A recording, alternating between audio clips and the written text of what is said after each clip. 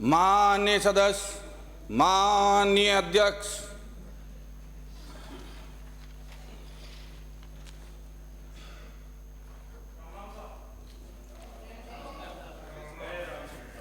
प्रश्न धर्मनारायण जोशी। प्रश्न संख्या 554। अध्यक्ष महोदय, खंड 1। जी हाँ, वर्ष 2020-21 में समर्पित सड़क सुरक्षा कोष से राज्य में 40 सामुदायिक स्वास्थ्य केंद्रों में ट्रॉमा सेंटर स्थापित करने की घोषणा की गई थी। सूची परिशिष्ट ऐप पर संलग्न है।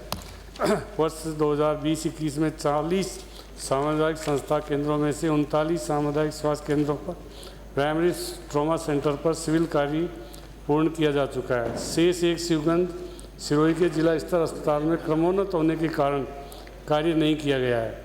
वर्ष 2021-22 में 40 सामुदायिक स्वास्थ्य केंद्रों में से 35 सामुदायिक स्वास्थ्य केंद्रों पर प्राइमरी ट्रॉमा सेंटर पर सिविल कार्य पूर्ण किया जा चुका है तथा शेष 5 सामुदायिक स्वास्थ्य केंद्रों में अग्रिम कार्रवाई की जा रही है। विवरण परिशिष्ट पेपर। उपकरणों की खरीद हेतु RMSCL जयपुर द्वारा उपलब्ध दर पर संविधानुसार कुल 22 उपकरणों की खरीद की जा चुकी है। शेष 27 उपकरणों की खरीद की कार्रवाई प्रक्रियाधीन है। उपलब्ध संसाधनों से सामुदायिक स्वास्थ्य केंद्रों पर प्राइमरी ट्रॉमा सेंटर केयर दी जा रही है। वर्ष 2020-21 में उपकरण हेतु 8 करोड़ 80 लाख व सिविल कार्य हेतु 1 करोड़ 20 लाख रुपये स्वीकृत किए गए हैं। वर्ष 2021-22 में उपकरण हेतु कुल 20 करोड़ रुपए में से सिविल कार्य पर 1 करोड़ 78 लाख 15 हज़ार तथा उपकरण पर वर्तमान में 7 करोड़ 94 लाख रुपए व्यय किए जा चुके हैं। अभी तक कुल 9 करोड़ 72 लाख 15 हज़ार रुपये व्यय किए जा चुके हैं।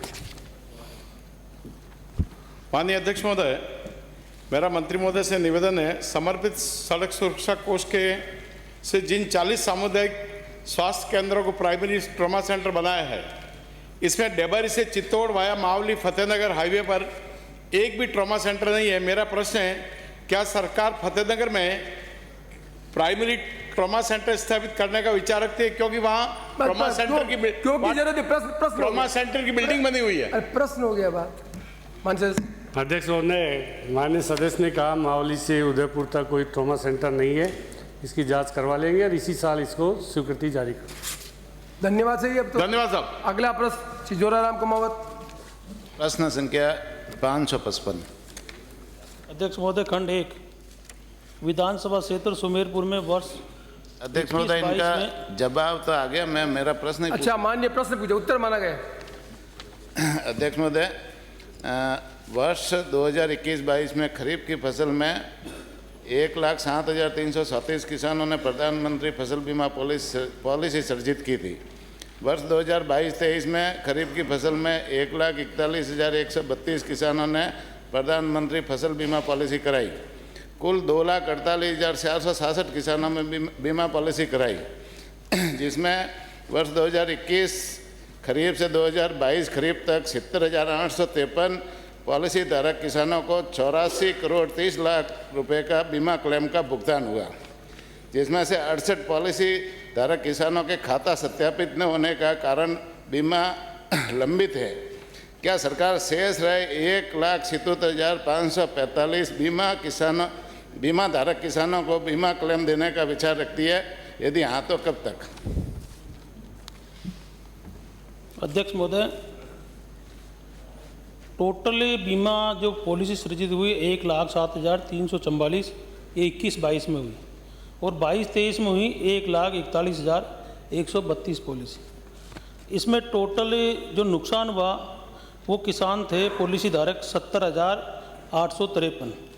इनको सबको भुगतान कर दिया। इनमें से 68 पॉलिसियाँ ऐसी थी किसानों की जिसमें 28 किसान हैं, उनका पेमेंट केवल बाकी है।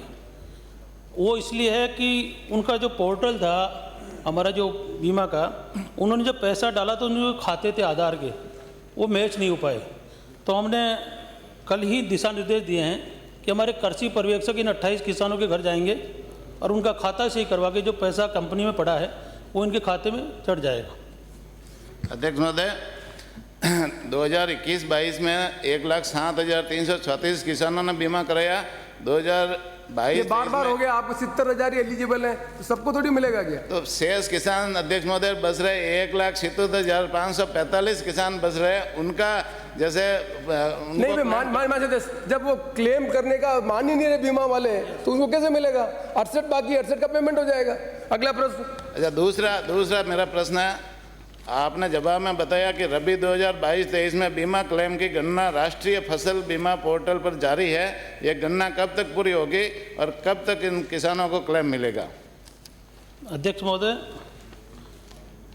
3 दिन पहले भी ये प्रश्न आया था और हमारा 210 करोड़ का राज्यांश देना बाकी था, वो 3 दिन पहले हमने डलवा दिया है। राज्यांश पूरा हो गया है, जो आपने नेता प्रतिपक्ष ने पूछा था, वो 210 करोड़ पर डलवा दिए, तो 1,055 करोड़ जो राज्यांश था वो टोटल मगर 15 दिन का टाइम भारत सरकार का होता है, तो जैसे ही भारत सरकार पैसे डालेगी कंपनी पेमेंट कर दी। अगला प्रश्न चंद्रपाल सिंह आ गया। अध्यक्ष महोदय, मेरा मानिए प्लीज, हो गया आप क्या बेटे? चंद्रपाल सिंह आ गया। प्रश्न संख्या 556। माननीय अध्यक्ष महोदय, अध्यक्ष महोदय, मैं डायरेक्ट ही उत्तर आ गया, मैं प्रश्न पूछ लूं? मेरा प्रश्न पूछ ले। क्या सही है कि चित्तौड़गढ़ के गंभीरी बांध से होकर निकलने वाली गंभीरी नदी का प्रवाह क्षेत्र चित्तौड़गढ़ शहर से गुजरता है? क्या उक्त क्षेत्र में विभागों द्वारा संरक्षण एवं सुरक्षा प्रदान है? नंबर 2, क्या यह सही है कि चित्तौड़गढ़ शहर में गंभीरी नदी में उक्त प्रवाह क्षेत्र में लगातार भूमाफियों द्वारा अतिक्रमण करने की शिकायत प्राप्त हुई है? क्या सरकार चित्तौड़गढ़ शहर में प्रवाहित होने वाली नदियों को अतिक्रमण मुक्त कराने की इच्छा रखती है क्या? माननीय अध्यक्ष महोदय, वैसे तो विभाग के पास में अतिक्रमण की कोई सूचना नहीं है, लेकिन माननीय सदस्य जैसे बता रहे हैं कि वहाँ पर अतिक्रमण कर रखा है, इसको अविलंब दिखाएंगे और जिन लोगों ने अतिक्रमण किया उसको तत्काल प्रभाव से बेदखल करेंगे। समय दे दें आप, समय पहले भी मैंने ये प्रश्न आया है, उसका हुआ नहीं, तो समय दे दें 10 दिन में। हाँ साहब, अगले 10 दिन में। ठीक है सर। अगला प्रश्न श्री सुरेश मोदी। 557। यदि आपके आज्ञा हो तो मेरे पास उत्तर आ गया, मैं सीधा प्रश्न। बहुत अच्छा, आप हमारी मदद कर रहे हो, उसके लिए उत्तर माना गया। प्रश्न पूछें। अध्यक्ष महोदय, मंत्री जी ने जवाब दिया है कि जो सूखे नलकूप खोदे गए हैं उनकी एवज में कोई स्वीकृति नहीं दी जाएगी। मैं आपके माध्यम से पूछना चाहता हूं कि अगर नए नलकूप नहीं लगाए जाएंगे सूखे के एवज में, तो क्या सरकार वहां की जनता को पानी उपलब्ध नहीं कराएगी? मंत्री जी ने एक और जवाब दिया है कि 137 में से 132 कामों की हमने स्वीकृति दी है, तो 15 की जो स्वीकृति आपने गाँव की नहीं दी है वो आप कब तक जारी करेंगे? उनमें काम कब स्वीकृत कराएंगे, कब चालू कराएंगे? एक मेरा और प्रश्न है दूसरा, याद ही नहीं रहेंगे अध्यक्ष महोदय के मान्य सदस्य एक प्रश्न का जवाब देगा मंत्री। जी। माननीय अध्यक्ष महोदय, जेजेएम का जो सिस्टम है उसमें एक एक योजना चाहे छोटी हो चाहे बड़ी हो, हमको SLSSC में उसकी मंजूरी लेनी पड़ती है। SLSSC में संभावना के अनुसार कि एक नलकूप सूखा मिल जाएगा तो दूसरा नलकूप का प्रावधान करें, ये संभव नहीं होता। हमारे एक और स्कीम है जो जेजेएम से संबंधित नहीं है, स्टेट हेड से है, MNP मिनिमम नीड प्रोग्राम की। हम जहां नलकूप हमारे सूखे निकल गए हैं जेजेएम में, हम MNP से उन नलकूपों उनको कंपनसेट करने की कोशिश करते हैं। आपके विधानसभा क्षेत्र में कुल 78 नलकूप सूखे मिले जेजेएम में, इसमें से 30 नलकूप जो है वो MNP से हमने उनको दे दिए हैं। शेष 48 जो नलकूप हैं उसमें भी मैं माननीय अध्यक्ष महोदय आपके माध्यम से माननीय सदस्य को विश्वास दिलाता हूं, हाइड्रोलॉजिस्ट की रिपोर्ट अगर पॉजिटिव हुई, जहां जहां पे हाइड्रोलॉजिस्ट की रिपोर्ट पॉजिटिव होगी वहां वहां हम MNP से आपके नलकूप खुदा देंगे। आपके यहाँ जनता को प्यासा नहीं रखेंगे और जनता को पानी पिलाना हमारी सबसे बड़ी प्राथमिकता है। हम चाहे कहीं आसपास जहां भी हाइड्रोलॉजिस्ट की रिपोर्ट आए वहां से नलकूप खोद के आपके संबंधित गाँव में व्यवस्था करेंगे पानी की, ये मैं आपके माध्यम से विश्वास दिलाना चाहता हूँ। मंत्री महोदय, समयावधि कोई बताएं, समय बताएं। अभी तो 1.5 साल में अभी तक 15 मंत्री जी खड़े प्लीज, 2 चीजें नहीं होती। मंत्री जवाब दे रहे हैं, आप खड़े होकर प्रश्न पूछ रहे हैं। माननीय अध्यक्ष महोदय, समावधि तय इसलिए नहीं हो सकती, अभी तो जेजेएम की समावधि पूरी नहीं हुई है। जेजेएम में ये जो सिस्टम है उसमें समयावधि जो तय है उसके अनुरूप हम काम करने की कोशिश कर रहे हैं। और नंबर 2 बात, आज मैं कोई कमिटमेंट दे दूं माननीय अध्यक्ष महोदय और ठेकेदार काम पूरा नहीं कर सके, मेरी जवाबदेही सदन के प्रति हो जाती है, तो कोई हम लक्षित कर सकते हैं कि हमारी जो जेजेएम की जो समयावधि है उस समयावधि के अंदर अंदर हम उसको पूरा करने की कोशिश करेंगे। आपने जो 15 जो ग्रामों की संख्या ग्रामों के लिए पूछा है वो हमने उसकी निविदा वित्त विभाग में अनुमोदन के लिए भेजी हुई है। जैसे ही उसकी वहाँ से परमिशन प्राप्त होगी उन 15 गांवों के लिए भी हम काम शुरू करेंगे। अध्यक्ष महोदय, मेरे 2 सवाल रह गए। अध्यक्ष महोदय, बैठे प्लीज, बैठ, हो गया, बैठे। अध्यक्ष महोदय, मैं आपके माध्यम से मंत्री महोदय ये जानना चाहूँगा कि आपने खंड 1 में कहा कि 306 नलकूपों की स्वीकृति थी, जिसमें आज तक आपने 302 खोदे और 302 में से 78 नलकूप सूखे पाए गए। हाइड्रोलॉजिस्ट की रिपोर्ट पर नलकूप खोदते हैं, क्या यह सही है कि नलकूप जो 302 खोदे सूखे पाए गए, इसमें हाइड्रोलॉजिस्ट की रिपोर्ट या तो गलत थी या बिना हाइड्रोलॉजिस्ट की रिपोर्ट के खोदे गए थे, जिससे इतना पैसा सरकार का जाया हुआ? खोदते ही असफल पाए गए। माननीय अध्यक्ष महोदय, कोई भी हाइड्रोलॉजिस्ट इस बात की गारंटी नहीं दे सकता कि मैं जो संभावना बता रहा हूं उसमें नीचे पानी निकलेगा ही निकलेगा। संभावना के आधार पर काम होते हैं। अध्यक्ष महोदय, नलकूप हमारे से जेजेएम जो है और हमारे से गवर्नमेंट ऑफ इंडिया 15 साल की अनवरतता चाहती है, पानी के लिए कंटिन्यूटी चाहती है। हमारे 78 नलकूप में, उसमें कोई भी नलकूप हो, 1 हो 78 हो, उसमें अगर 1 साल का पानी है तो वो जेजेएम में कवर नहीं होता, क्योंकि 15 साल की जो सस्टेनेबिलिटी है जो जेजेएम चाहता है। इसलिए हम संभावना के आधार पर नलकूप खोदते हैं। नलकूप पानी नहीं निकला, इसका मतलब हम ये नहीं कर सकते कि हम हाइड्रोलॉजिस्ट को कोई उसको नौकरी से निकाल दें या उसके खिलाफ कोई सख्त कार्रवाई कर दें। हम संभावना के आधार पर करते हैं और ये शुरू से हो रहा है। माननीय अध्यक्ष महोदय, पहली बार कोई नलकूप सूखे नहीं निकले। माननीय नेता प्रतिपक्ष, आपकी सरकार थी तब भी नलकूप सूखे निकलते थे, तब जेजेएम नहीं था, एमएनपी पे काम होता था। अगला प्रश्न। अध्यक्ष महोदय, माननीय मंत्री, माननीय सदस्य, भाई बैठे बैठे आ जाएगा पानी, छाया जी कर रहे हैं आप, गलत बात है बिल्कुल ही। श्रीमती अनिता पर। अध्यक्ष महोदय, एक सवाल और है मेरा इसी में। बैठे प्लीज, नॉट अलाउ, रिकॉर्ड नहीं होगा। बैठे प्लीज, बैठे, रिकॉर्ड नहीं होगा, बैठे नीचे प्लीज। श्रीमती अनिता पर। प्रश्न संख्या 558। माननीय अध्यक्ष महोदय, आपकी अनुमति हो तो जवाब तो आएगा। मैं पूरक प्रश्न। माननीय मंत्री जी, उत्तर पढ़ा गया, प्रश्न पूछने थे। माननीय अध्यक्ष महोदय, मैं ये भी चाहता हूं कि जो क्वेश्चन लगाया जा रहा है पूरे सदन के सभी सदस्य सुने। ये तीसरी बार प्रश्न आ चुका है, 2 बार ध्यान आकर सब सुने तो अच्छा रहेगा कि एक ही प्रश्न को बार बार क्यों लगाया जा रहा है। माननीय अध्यक्ष महोदय, आपकी अनुमति से मैं माननीय मंत्री महोदय से पूछना चाहती हूँ कि जिस संचालक मंडल को अनियमितताओं के कारण से भंग किया गया, उस संचालक मंडल के खिलाफ विभाग द्वारा क्या कार्रवाई की गई? पहला प्रश्न ये। दूसरा प्रश्न है, कुल दोषी ऋणी कितने थे, उनसे अब तक कितनी राशि वसूली गई और कितनी राशि अब तक वसूलने से शेष है? तीसरा प्रश्न दो काफी, तीसरा बाद में पूछो। हाँ, चल दो का जवाब, दो काफी। एक। हाँ, मुख्य मुद्दा राशि वसूलने का है। माननीय अध्यक्ष महोदय, अवसायन के समय कुल बकाया ऋण 16 करोड़ 94 लाख रुपए था। वसूली 7 करोड़ 64 लाख रुपए की हो गई है। 4 करोड़ के प्रकरण माननीय उच्च न्यायालय में विचाराधीन है। 5 करोड़ के ऋण बिना गारंटी के थे, जिन्हें 2006 की ऑडिट में आरबीआई ने डूबत में औषध्य की श्रेणी में डाल दिया है। 42 लाख रुपए के ऋण में प्रॉपर्टी खुर्द-बुर्द हो गई है और संचालन मंडल के खिलाफ कार्रवाई उस समय की गई, भंग कर दिया गया था। वही है आज की स्थिति में।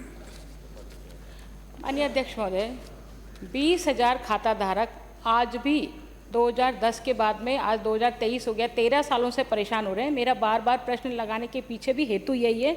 मैं अपनी मंशा को स्पष्ट करना चाहती हूँ, जिन्होंने अनियमितताएं की उनके खिलाफ हम कोई कार्रवाई नहीं करना चाहते हैं, और जो परेशान हो रहे हैं खातेदारक, जिनके पैसे गाड़ी कमाई का पैसा जमा है, उनको विभाग लौटा नहीं रहा है।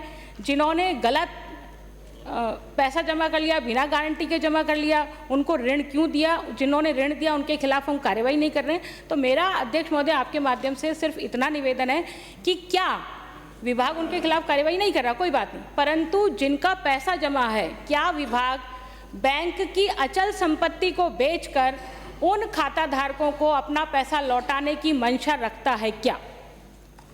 सरकार की मंशा साहब है, किसी भी जिसने बैंक में पैसा जमा कराया उसका पैसा नहीं डूबे, लेकिन उच्च न्यायालय के स्थगन आदेश होने की वजह से वो काम आगे नहीं बढ़ पा रहा है और उनको पूरा टेबल करता हूँ। बहुत लंबी चौड़ी लिस्ट है, मैं टेबल करता हूँ, आप देख लें। न्यायालय में तारीख वाइज बराबर पैरवी कर रहे हैं, हमारे अधिकारी भी जा रहे हैं, लेकिन न्यायालय से स्टे होने के कारण वो कार्रवाई नहीं हो रही है। और बाकी पूरा विवरण जो 16.64 करोड़ का था वो तो मैंने आपको प्रस्तुत कर ही दिया है। माननीय मंत्री जी, ये आश्वस्त करते हैं कि कोर्ट का फैसला पक्ष में हो जाएगा, उसके बाद उनको डिस्मिस कर देंगे क्या?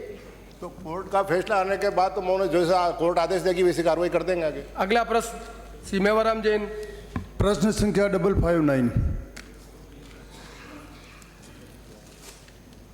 खंड 1, भारत सरकार द्वारा प्रदेश की वर्ष 2011 की जनसंख्या के अनुसार राष्ट्रीय खाद्य सुरक्षा योजना अंतर्गत 4.46 करोड़ लाभार्थियों को चयनित किए जाने की सीलिंग निर्धारित की गई थी। भारत सरकार द्वारा कवरेज में कोई भी संशोधन अगली जनगणना में जनसंख्या अनुमान आंकड़े प्रकाशित होने के बाद संभव हो सकेगा। खंड 2, विधानसभा क्षेत्र बाड़मेर में खाद्य सुरक्षा में नव चयनित परिवारों में से 300 परिवार के राशन कार्ड पर विभिन्न तकनीकी कारणों यथा आधार कार्ड मैपिंग नहीं होने, परिवार के सदस्य का नाम किसी अन्य कार्ड में पहले से दर्ज होने के कारण पोस्ट मशीन से ट्रांजैक्शन नहीं हो पा रहे हैं। विधानसभा क्षेत्र बाड़मेर में खाद्य सुरक्षा योजना के तहत नाम जुड़वाने हेतु कुल 15,172 आवेदन प्राप्त हुए तथा 11,537 आवेदन लंबित है।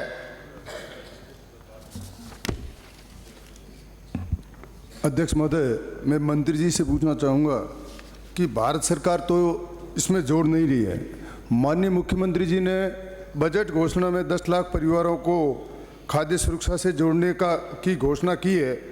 उसमें से बाड़मेर जिले में कितने आवेदन आए, कितनों को जोड़ा गया और कितने पेंडिंग है? मान्य ये अलग प्रश्न, खाद्य सुरक्षा के संबंध में पूछे, मुख्यमंत्री से संबंध नहीं। खाद्य सुरक्षा का ही है सर, मुख्यमंत्री जहाँ भारत सरकार का पूछे, उनको जोड़ेंगे कि जोड़े, बात खत्म होती। सेकंड मेरा प्रश्न है सर, बाड़मेर विधानसभा में खाद्य सुरक्षा के कितने आवेदन आए और कितने उसमें पात्र पाए गए और जो पेंडिंग है वो कब तक उनको जोड़ा जाएगा?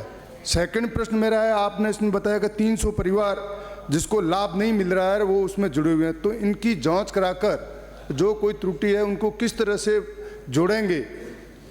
कृपया मंत्री जी बताएं। बाड़मेर विधानसभा क्षेत्र में प्राप्त अपील है 15,172, स्वीकृत अपील है 3,479, निरस्त अपील है 156, लंबित अपील है 8,178, 3,359 को वापस भेजा है। और ये जो आप बात करें उसमें प्रॉब्लम ये आ रही कि आधार कार्ड में कई जगह पर इन लोगों का नाम दूसरी जगह पंजीकृत है, वो कोई ना कोई सदस्य वहाँ उठा रहा है, उसमें दिक्कत आ रही है। ऐसे मामलों में आपको कोई प्रॉब्लम है तो आप एक काम कर लेना, आपके यहाँ जो SDO लगे हुए उनसे बात कर लीजिए, फिर भी कोई प्रॉब्लम आए तो मुझे बताना, मैं आपके घर पे वहाँ का लोकल अधिकारी भेजूंगा जो इस प्रॉब्लम को शॉर्ट आउट कर देगा आपके विधानसभा क्षेत्र की। अगला प्रश्न मोहन राम चौधरी, अगला प्रश्न श्रीमती मोहन राम जी बोले। 560 मैंने बोला था, आप उनको याद रखते थे? उम्र ज्यादा है कि कम है इनकी? अध्यक्ष महोदय, खंड 1, जी हाँ, वक्फ अधिनियम 1995 की धारा 32 के प्रावधान अनुसार वक्फ बोर्ड द्वारा उक्त कार्य किया जा सकता है। वक्फ संपत्ति से प्राप्त राशि का उपयोग वक्फ संपत्ति के विकास, संरक्षण एवं रखरखाव और धार्मिक, पवित्र एवं परोपकारी कार्यों तथा अन्य विधि संगत लोकोपयोगी उद्देश्यों से किया जाता है। खंड 2, जी हाँ, ये राशि जनहितार्थ कार्य में उपयोग में ली जा रही है। विगत 3 वित्तीय वर्षों में वक्फ बोर्ड द्वारा राजस्थान राज्य में उक्त राशि के उपयोग का विवरण परिशिष्ट एक्ट पर संलग्न है। अगला प्रश्न श्रीमती संतोष, संख्या 561। अध्यक्ष महोदय, खंड 1, जी नहीं, गृह विभाग से प्राप्त जवाब के अनुसार प्रदेश में जनवरी 2019 से दिसंबर 2022 तक की अवधि के दौरान हुई दुर्घटनाओं में मृतकों व घायलों का विवरण परिशिष्ट 1 पर संलग्न है। अपाहिज का रिकॉर्ड अलग से संधारित नहीं है। खंड 2 अक्टूबर 2022 से पूर्व दोषी इरेंट वाहनों को ब्लैकलिस्ट के रूप में फ्लैग किया जाता था, किंतु वर्तमान में इस प्रकार के वाहनों को वाहन पोर्टल पर लॉग फ्लैग किया जा रहा है। लॉग के रूप में फ्लैग वाहनों के सड़क पर संचालन हेतु रोक नहीं है। इस प्रकार के वाहनों को दोष निवारण हेतु कतिपय सेवाओं यथा वाहन के पंजीयन संबंधी, स्वामित्व हस्तांतरण, फिटनेस परमिट, हाइथोपेकेशन, इंडोर्समेंट, टर्मिनेशन इत्यादि हेतु रोक का प्रावधान है। विगत 3 वर्षों में बीकानेर संभाग में blacklisted lock sleeper coach बसों से दुर्घटना में मृतकों एवं सहायता राशि का जिलेवार सूचना निम्नानुसार है। जिला ब्लैक लिस्ट आंकड़ा स्लीपर ये कुल दुर्घटनाएं, कुल हुई मौतें, दुर्घटनाएं हुई सब 2, बीकानेर में मौत हुई 1, परिवारों को दी गई सहायता 0 है। गंगानगर 1 दुर्घटना हुई, 1 मौत हुई, सहायता 0 दी गई है। हनुमानगढ़ में कोई दुर्घटना नहीं, 0 दुर्घटना, 0 मौत, 0 सहायता। चूरू में 1 दुर्घटना हुई, 1 मौत हुई, 1 को सहायता दी गई। कुल योग 4, जिसमें से 3 को सहायता नहीं मिली, 1 को सहायता मिली। दुर्घटना में मृत व्यक्तियों के नाम व सहायता राशि का विवरण परिशिष्ट 2 पर संलग्न है। खंड 3 परिवहन एवं सड़क सुरक्षा विभाग द्वारा सड़क दुर्घटनाओं को रोकने हेतु महत्वपूर्ण कदम उठाए गए हैं, प्रति परिशिष्ट 3 पर संलग्न है। गृह विभाग से प्राप्त जवाब के अनुसार सड़क दुर्घटनाओं की रोकथाम के लिए यातायात नियमों की पालना करना एवं इस ओर आमजन को जागरूक किया जा रहा है। यातायात नियमों की पालना नहीं करने वाले वाहन चालकों के विरुद्ध प्रवर्तन की कार्रवाई की जा रही है। वह सड़क दुर्घटनाओं की रोकथाम हेतु पुलिस मुख्यालय द्वारा समय समय पर आदेश, परिपत्र, दिशा निर्देश जारी किए गए हैं, प्रति परिशिष्ट 4 पर संलग्न है। माननीय अध्यक्ष महोदय, मैं आपके माध्यम से माननीय मंत्री जी से जानना चाहती हूँ कि इन्होंने जो ये जवाब में दिया, इसमें एक तो आधे अधूरे आंकड़े दिए हैं। इन्होंने जो ब्लैक लिस्टेड बसें बताई है, उसके अंदर जो 3 मामले बताए हैं, उसमें से 1 में ही मुआवजा दिया गया है, जबकि मेरे यहाँ जो हादसे हुए हैं बस जल कर के, उसके अंदर 19/9/2021 को एक हादसा हुआ जो बस जलने के कारण 3 व्यक्ति जिंदा जल गए थे उसके अंदर, और अभी हाल ही में उस पर कंट्रोल नहीं होने के कारण 29/6/2023 को फिर एक बस जली और 2 व्यक्ति जिंदा जल गए। तो माननीय मंत्री जी ने जो ये बताया, एक तो उनको अभी तक कोई मुआवजा राशि या कुछ भी नहीं मिला। दूसरा मेरा प्रश्न ये है कि प्रयास कर रहे हैं, अच्छी बात है, लेकिन नियम बनाए और नियम भी मुझे इसमें दिए गए जवाब में, लेकिन उन नियमों पे कार्रवाई क्या की गई है, एक्शन क्या लिया गया है, क्या सरकार इसके बारे में जवाब देगी? और जो मेरे यहाँ हादसे हुए हैं वो एक तो ब्लैक लिस्टेड बस के कारण, ओवर स्पीड के कारण हुए, तो उनके प्रति सरकार क्या कार्रवाई करेगी? रिपीट हो गया, पहले बोल दिया आपने। माननीय सदस्य, आपने स्पेसिफिक स्लीपर कोच का पूछा है, और स्लीपर कोच में 1 को दे दिया मुआवजा, 2 लोगों ने आवेदन ही नहीं किया है। और दूसरा आपने कहा है कि क्या कार्रवाई की गई है, तो हमने ब्लैक लिस्ट वो जो हमारे ये ब्लैक स्पॉट हैं या जो बसों की कमी है किसी कारण से, जैसे उसमें कोई फिटनेस नहीं है, कोई दूसरे तरह की कमी है, दुर्घटनाग्रस्त हो जाती है, तो उसके लिए हमने एक सिस्टम अभी बनाया है जो भारत सरकार से फंडेड है। उसके तहत हम सब बसों में ये पैनिक बटन लगा रहे हैं, BLTD लगा रहे हैं, और हम जो संबंधित विभाग हैं, पुलिस को हमने निर्देश दिए हैं, पुलिस इसको हमने इसमें पावर डेलीगेट कर रखे हैं कि वो अभियान चला के जो ऐसी बसें हैं जो दुर्घटनाग्रस्त होने की संभावना है, जिनका फिटनेस नहीं हुआ है, जिनका दूसरे तरीके के, जिन पर वो टेप नहीं लगी हुई है या जिनके इंजन में खराबी है, उस तरह की बसों को अभियान चला के और उनको पाबंद करें। और पब्लिक सेफ्टी के लिए हमने ये व्यवस्था की है कि बसों में फायर फाइटिंग सिस्टम भी रखें, दूसरे तरह के जो और बचाव के तरीके हैं उनको, बहुत लंबी सूची है जो मैंने आपको उपलब्ध कराई है परिशिष्ट 3 पर। अध्यक्ष महोदय, माननीय मंत्री जी ने जैसे बताया स्लीपर कोच नहीं, इसके अंदर परिवहन सेवा के निजी वाहन के बारे में भी मैंने पूछा हुआ है, जिसके बारे में नहीं बताया। मैं ये पूछना चाहती हूँ कि 19/9/2021 को हादसा हुआ था, 3 व्यक्ति जिंदा जले उस बस में, वो ब्लैक लिस्टेड बस थी, और एक वृद्ध महिला जो अपने ज़मीन के कागज़ और ज़मीन बेचकर 8 लाख रुपए लेकर के जा रही, उसका भी सारा वो नुकसान हो गया, सब जल गया, उसका पूरा घर बर्बाद हो गया। इन बसों पे कंट्रोल करने के लिए सरकार क्या कर रही है? अभियान आप बोल रहे हो, अभियान चला रहे हो, लेकिन अभी भी जो दोबारा हादसा हुआ है 29/6/2023 को, फिर इसी प्रकार का ओवर स्पीड के कारण हुआ है, तो कंट्रोल कहाँ हुआ है? सरकार इसको संज्ञान में लेगी या नहीं? निश्चित रूप से संज्ञान में लेंगे माननीय सदस्य, और आप जो पर्टिकुलर बस है उसका मुझे बता दें, मैं उसकी जानकारी कराऊंगा, जांच कराऊंगा। FIR है। माननीय सदस्य, आप उत्तर नहीं जा रहे हो, जब कह रहे हैं आप कार्रवाई करेंगे। आपने प्राइवेट बसों का ही पूछा है और उसमें भी पर्टिकुलरली स्लीपर बस का ही पूछा, और आपने पूछा कि रोडवेज के रूट पर कितनी चल रही है, रोडवेज के निजीकरण करके, आप तो उसी का पर्टिकुलर जवाब दिया। आप मुझे दे दें ये सूचना और मैं निश्चित रूप से इस पर कार्रवाई कराऊंगा, और जो भी कानून सम्मत उनको मुआवजा देने की बात होगी वो भी करवाऊंगा। अगला प्रश्न गोपीचंद मीणा। अगला प्रश्न श्री फूल सिंह मीणा। प्रश्न संख्या 563।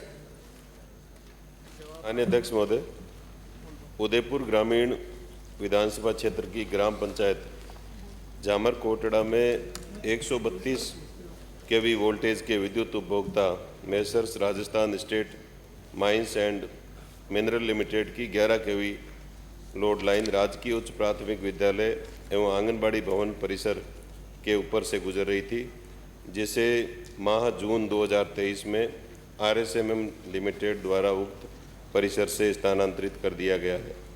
खंड 2 उपरोक्त अनुसार, खंड 3 उपरोक्त अनुसार। अध्यक्ष महोदय, आपके माध्यम से मैं मंत्री जी का धन्यवाद देता हूं कि आपने हमारी बालकों का ध्यान रखते हुए शिफ्ट को जो माइंस बरसों से उसके लिए कहते कहते थक गए, उसका आपने निवारण किया, उसके लिए तो आपका धन्यवाद। अध्यक्ष महोदय, आपके माध्यम से मैं मंत्री महोदय से आग्रह करता हूं कि मेंटेनेंस के मामले में, मेंटेनेंस का नाम लेकर 2-2, 3-3, 4-4 दिन तक लाइटें बंद रखते हैं, ऐसे में प्रश्न जो प्रश्न पूछा वही मैं पूछ रहा हूँ, मेंटेनेंस प्रश्न जो पूछा उसका सप्लीमेंट्री। सभापति अध्यक्ष आपने धन्यवाद दे दिया, प्रश्न का उत्तर हो गया, धन्यवाद बेटे आप। अगला प्रश्न श्री रफीक खान। 564। अध्यक्ष महोदय, खंड 1 जी नहीं, बजट घोषणा वर्ष 2023-24 के अंतर्गत 112 यूनानी चिकित्सा अधिकारियों के नवीन पद सृजित किए गए हैं। खंड 2 जी हाँ, बजट घोषणा वर्ष 2023-24 के अंतर्गत जोधपुर में यूनानी महाविद्यालय की स्थापना युक्त कार्रवाई प्रक्रियाधीन है। साथ ही भरतपुर में centre of excellence in regimental hijama therapy की स्थापना की भी घोषणा की गई है। बजट घोषणा वर्ष 2023-24 के अंतर्गत ही बालोतरा बाड़मेर में यूनानी चिकित्सालय की स्थापना एवं नदवई, भरतपुर, लवाणा, दौसा तथा सीमावीर जी करौली, हिंडौन करौली के आयुर्वेद औषधालयों को आयुष चिकित्सालय में क्रमोन्नत किए जाने की कार्रवाई प्रक्रियाधीन है। साथ ही 100 आयुष चिकित्सालय औषधालयों में यूनानी चिकित्सा उपलब्ध करवाए जाने की घोषणा की गई है, जिसकी क्रियान्विति प्रगतिरत है। खंड 3 जी नहीं। जो 278 ब्लॉक हैं उन पे अगर सब जगह चिकित्सक हैं तो उसकी एक सूची उपलब्ध करा दी जाए, और 112 पद जो आप कह रहे हैं वो कब तक भर्ती हो जाएंगे, और जो 100 पद आप कह रहे हैं कि 100 नए चिकित्सालयों के अंदर यूनानी चिकित्सा पद्धति उपलब्ध कराई जानी है, वो कब तक हो जाएगी? सर, टोटल जो ब्लॉक्स हैं, वो जो ब्लॉक्स हैं जिसमें से 234 ब्लॉकों पर मैंने बताया कि ये यूनानी चिकित्सा उपलब्ध है, जिसकी सूची मैं आपको टेबल कर देता हूँ, आपको मिल जाएगी। साथ ही जो 100 पद सृजित किए गए थे, जिनका विज्ञापन ऑलरेडी जारी कर दिया गया है, और मैं समझता हूँ राजस्थान के इतिहास में पहली बार इतनी पदों की भर्ती यूनानी चिकित्सकों की हो रही है। सरकार ने बहुत सारे प्रयास किए हैं और वो जल्दी ही भर्ती पूरी कर दी जाएगी। अगला प्रश्न ज्ञानचंद पारक।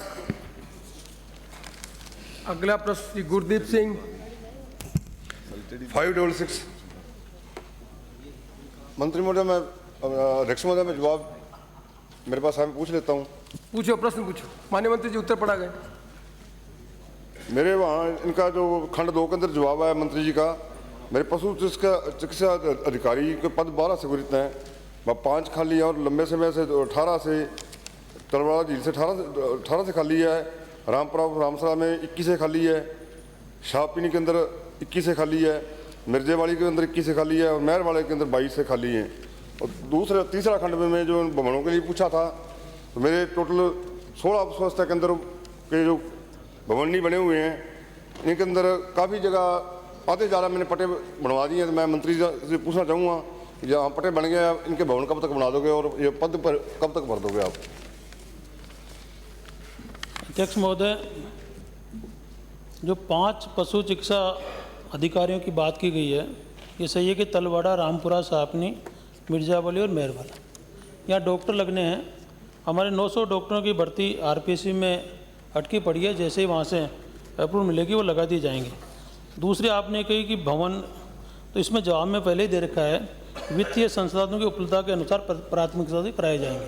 2 भवन आपके अभी निर्माणाधीन हैं, ज़्यादा पल आपके कोई खाली है नहीं। आपकी 55 ग्राम पंचायतें, 46 में संस्थाएं खुली हुई है, खाली 9 ग्राम पंचायतें ऐसी हैं जहाँ संस्थाएं नहीं है। धन्यवाद। अगला प्रश्न बलवान पुनिया। अध्यक्ष जी 567।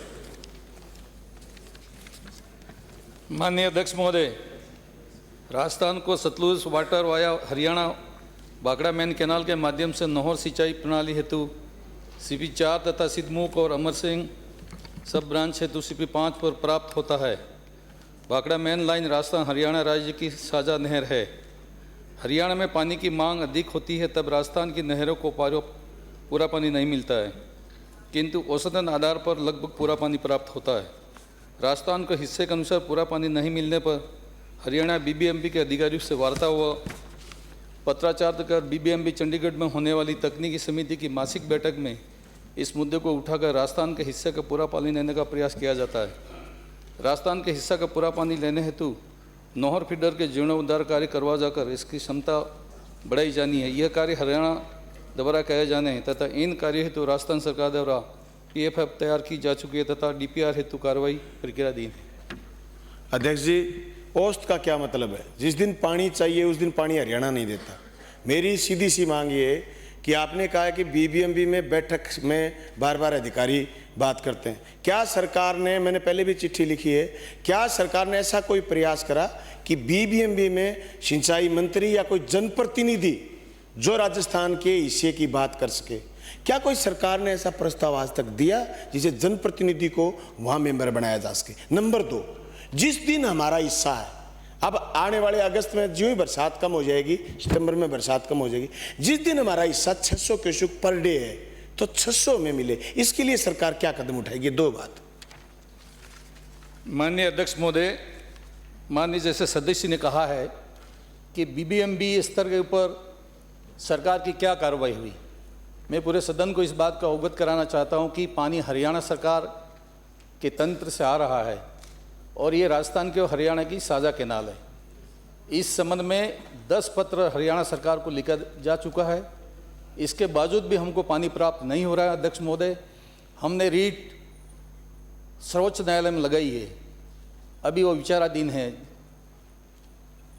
अध्यक्ष जी, इन्होंने जवाब दिया कि हमारा कैरियर साझा है, पैसे हमने दिए, सरकार ने क्षतिपूर्ति दी हरियाणा को, लेकिन हम चाहते हैं काजल हेड पर जो कैरियर साझा है, पीछे से टोहाना हेड से सिद्धमुख अलग आती है, काजल हेड पर आकर के कैरियर साझा कर दिया, जिससे हरियाणा अपनी मर्जी की नहरें खोलता है। इसलिए मेरी मांग है मंत्री महोदय से और सरकार से कि काजल हेड पर आकर के भी हमारा कैरियर अलग करा जाए, जिससे सिद्धमुख और अमर सिंह का पानी हमें पूरा मिल सके और नोर फीडर का आपने जवाब दे दिया कि उसकी अलग से डीपीआर बन चुकी है। इसलिए काजल हेड पर कैरियर अलग रखने का सरकार क्या प्रोग्राम बनाएगी, ये बता दो। माननीय अध्यक्ष महोदय, बार बार हम हरियाणा सरकार से इस संबंध में पत्राचार और निवेदन कर रहे हैं, लेकिन हरियाणा सरकार हमको सहयोग नहीं कर रहा है, इसका विरोध हो रहा है। लेकिन माननीय सदस्य की जैसे भावना है, हम सभी मिलकर इसके लिए प्रयास करेंगे तो हो सकता है इसका परिणाम अच्छा निकल के आ सकता है। भाखड़ा मेन लाइन राजस्थान और हरियाणा की दोनों की एक कॉमन कैरियर चैनल है। मैं मंत्री महोदय आपसे जानना चाहूँगा कि जब इस हरियाणा सरकार को आपने पत्र लिखे, क्या आपने केंद्रीय जल संसाधन मंत्रालय को या CWC को, जो इस तरह के डिस्प्यूट का निर्धारण करती है, उनके सामने कोई पत्र लिखा? माननीय अध्यक्ष महोदय, माननीय नेता प्रतिपक्ष जी ने जो बात कही गई है, हमने CWC के अंदर भी इस बात को रखा है और भारत सरकार को भी पत्र लिखे हैं। दोनों में हमको सकारात्मक परिणाम नहीं प्राप्त हुआ है, तभी जाके हम सर्वोच्च न्यायालय में गए। अगला प्रश्न यमीन खां। 568 उत्तर पड़ा हुआ माना गया। प्रश्न पूछो आप। अमीन साहब प्रश्न पूछो। अमीन साहब प्रश्न पूछो।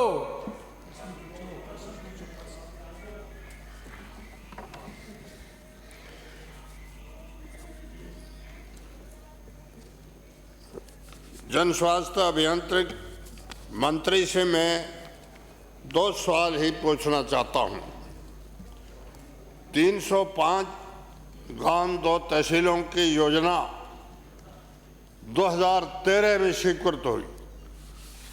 लंबा समय तक अभी तक गांव की योजनाओं का सफल काम पूरा नहीं हुआ, इसका क्या कारण रहा?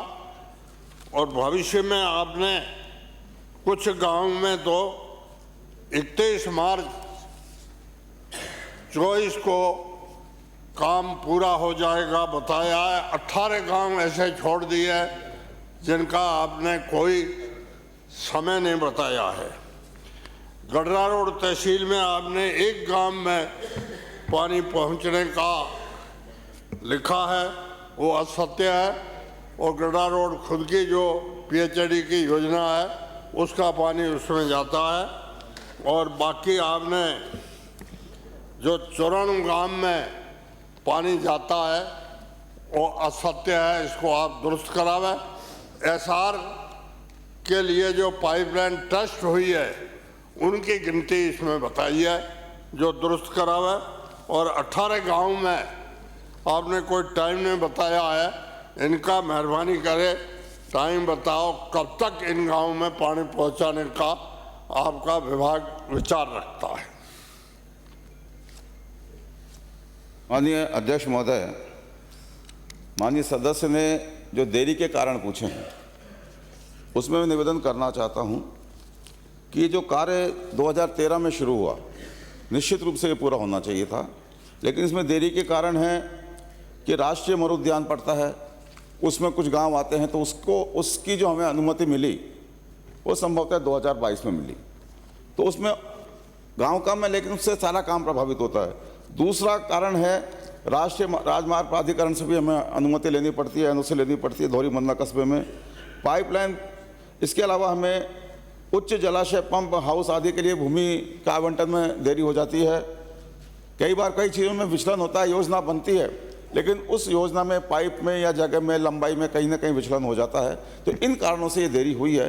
लेकिन मेरा विश्वास है क्योंकि 90% काम इसका ये इंफ्रा का काम है, इससे घर घर नल नहीं पहुंचेगा, इससे गांव तक नल पहुंचेगा, तो ये 90% काम हो चुका है और अक्टूबर 2023 तक हमने ये इसको प्रस्तावित रखा है। उम्मीद करते हैं कि इस लक्ष्य को हम प्राप्त करने की हर संभव कोशिश करेंगे।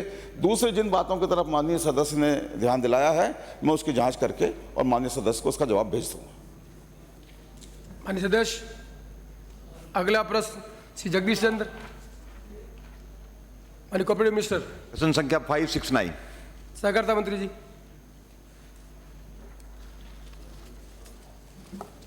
माननीय अध्यक्ष महोदय, जी हाँ, ग्राम सेवा सहकारी समिति के डिफाल्टर कृषकों द्वारा अवधि पार राशि जमा कराने पर फसली ऋण दिया जा रहा है। विधानसभा क्षेत्र चाकसू में वर्ष 2018 से 22 तक 5,000 रुपये से कम राशि वाले 12 डिफाल्टर किसान जिनके द्वारा बकाया ऋण राशि जमा कराने ऋण माफ़ी योजना में संपूर्ण ऋण माफ़ होने पर पुनः फसली ऋण दिया गया है। किसी भी डिफाल्टर किसान की अवधि पार राशि का समायोजन नहीं किया गया है। खंड 2, जी हाँ, ऐसे डिफाल्टर अवधि पार कृषि ऋणी कृषक जिनके द्वारा अवधि पार राशि जमा कराने पर फसली ऋण दिया जा रहा है। अगला प्रश्न श्री जब्बर सिंह। प्रश्न संख्या 570।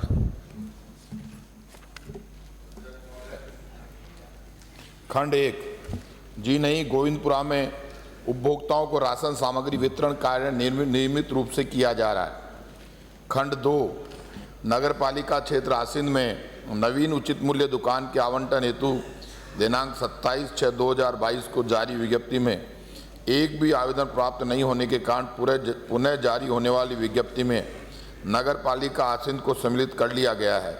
नगर पालिका गुलाबपुरा में नियमानुसार NFA राशन कार्डों के अभाव में अतिरिक्त उचित मूल्य दुकान हेतु विज्ञप्ति जारी नहीं की गई है। अध्यक्ष महोदय, मैं आपके माध्यम से मंत्री जी से जानना चाहूँगा कि नगर पालिका आसीन का जो गोविंदपुरा क्षेत्र है वहाँ 4 वार्ड लगते हैं। अध्यक्ष महोदय, 4 वार्डों के लोग वहाँ रहते हैं और मूल रूप से SC की कॉलोनी है। वो ज़्यादातर लोग, लगभग 90% लोग SC के हैं और 3 किलोमीटर की दूरी पे वो दुकान है राशन की। तो मैं मंत्री जी से जानना चाहूँगा कि वहाँ नई दुकान की विज्ञप्ति आप कब तक निकाल देंगे? मैं आपके पास वहाँ यदि प्रॉब्लम आ रही है, पहले निकाली गई थी, आए नहीं, मैं आपके पास अधिकारी भेजूंगा, आप बात कर लेना, जो डेट आप चाहेंगे उसी दिन जारी कर देंगे। अगला प्रश्न रूपाराम। प्रश्न संख्या 571। अध्यक्ष महोदय, खंड 1, जी हाँ, जैसलमेर जिले में उपनिवेशन विभाग में भूमिहीनों को भूमि आवंटन हेतु सामान्य आवंटन श्रेणी के 61,215 एवं विशेष आवंटन श्रेणी के 34,967 इस प्रकार से कुल 96,182 आवेदन पत्र लंबित हैं, जिनका संख्यात्मक श्रेणीवार विवरण परिशिष्ट पर संलग्न है। सामान्य एवं विशेष श्रेणी के कुल 99,763 प्रकरण प्राप्त हुए थे, जिनमें से 3581 प्रकरणों का निस्तारण किया जा चुका है। वर्तमान में शेष 96,182 प्रकरण लंबित हैं। विशेष आवंटन श्रेणी में वर्ष 2013 से 2018 तक तथा सामान्य आवंटन श्रेणी में 2019 से फरवरी 2023 तक माननीय उच्च न्यायालय द्वारा स्थगन होना प्रकरणों के लंबित रहने का प्रमुख कारण है। खंड 2, जी हाँ, किंतु आवेदन पत्र वर्ष 2004 से अर्थात लगभग 20 वर्षों से लंबित हैं, जो अत्यधिक पुराने होने के कारण आवेदकों की पात्रता की पुनः जाँच की आवश्यकता है। जाँच उपरांत ही आवंटन की कार्रवाई की जानी संभव है। माननीय अध्यक्ष महोदय, आपके अनुमति से मंत्री महोदय से पूछना चाहूँगा, पत्रावलियों को पेंडिंग हुए 20 वर्ष हुए, 4 सरकारें, चौथी सरकार जाने में है। कहा गया कोर्ट की वजह से विशेष आवंटन में 13 से 18, सामान्य में 19 से 23, इस प्रकार 6 और 4 वर्ष। इसके बाद में भी 14 और 16 वर्ष शेष रहते हैं।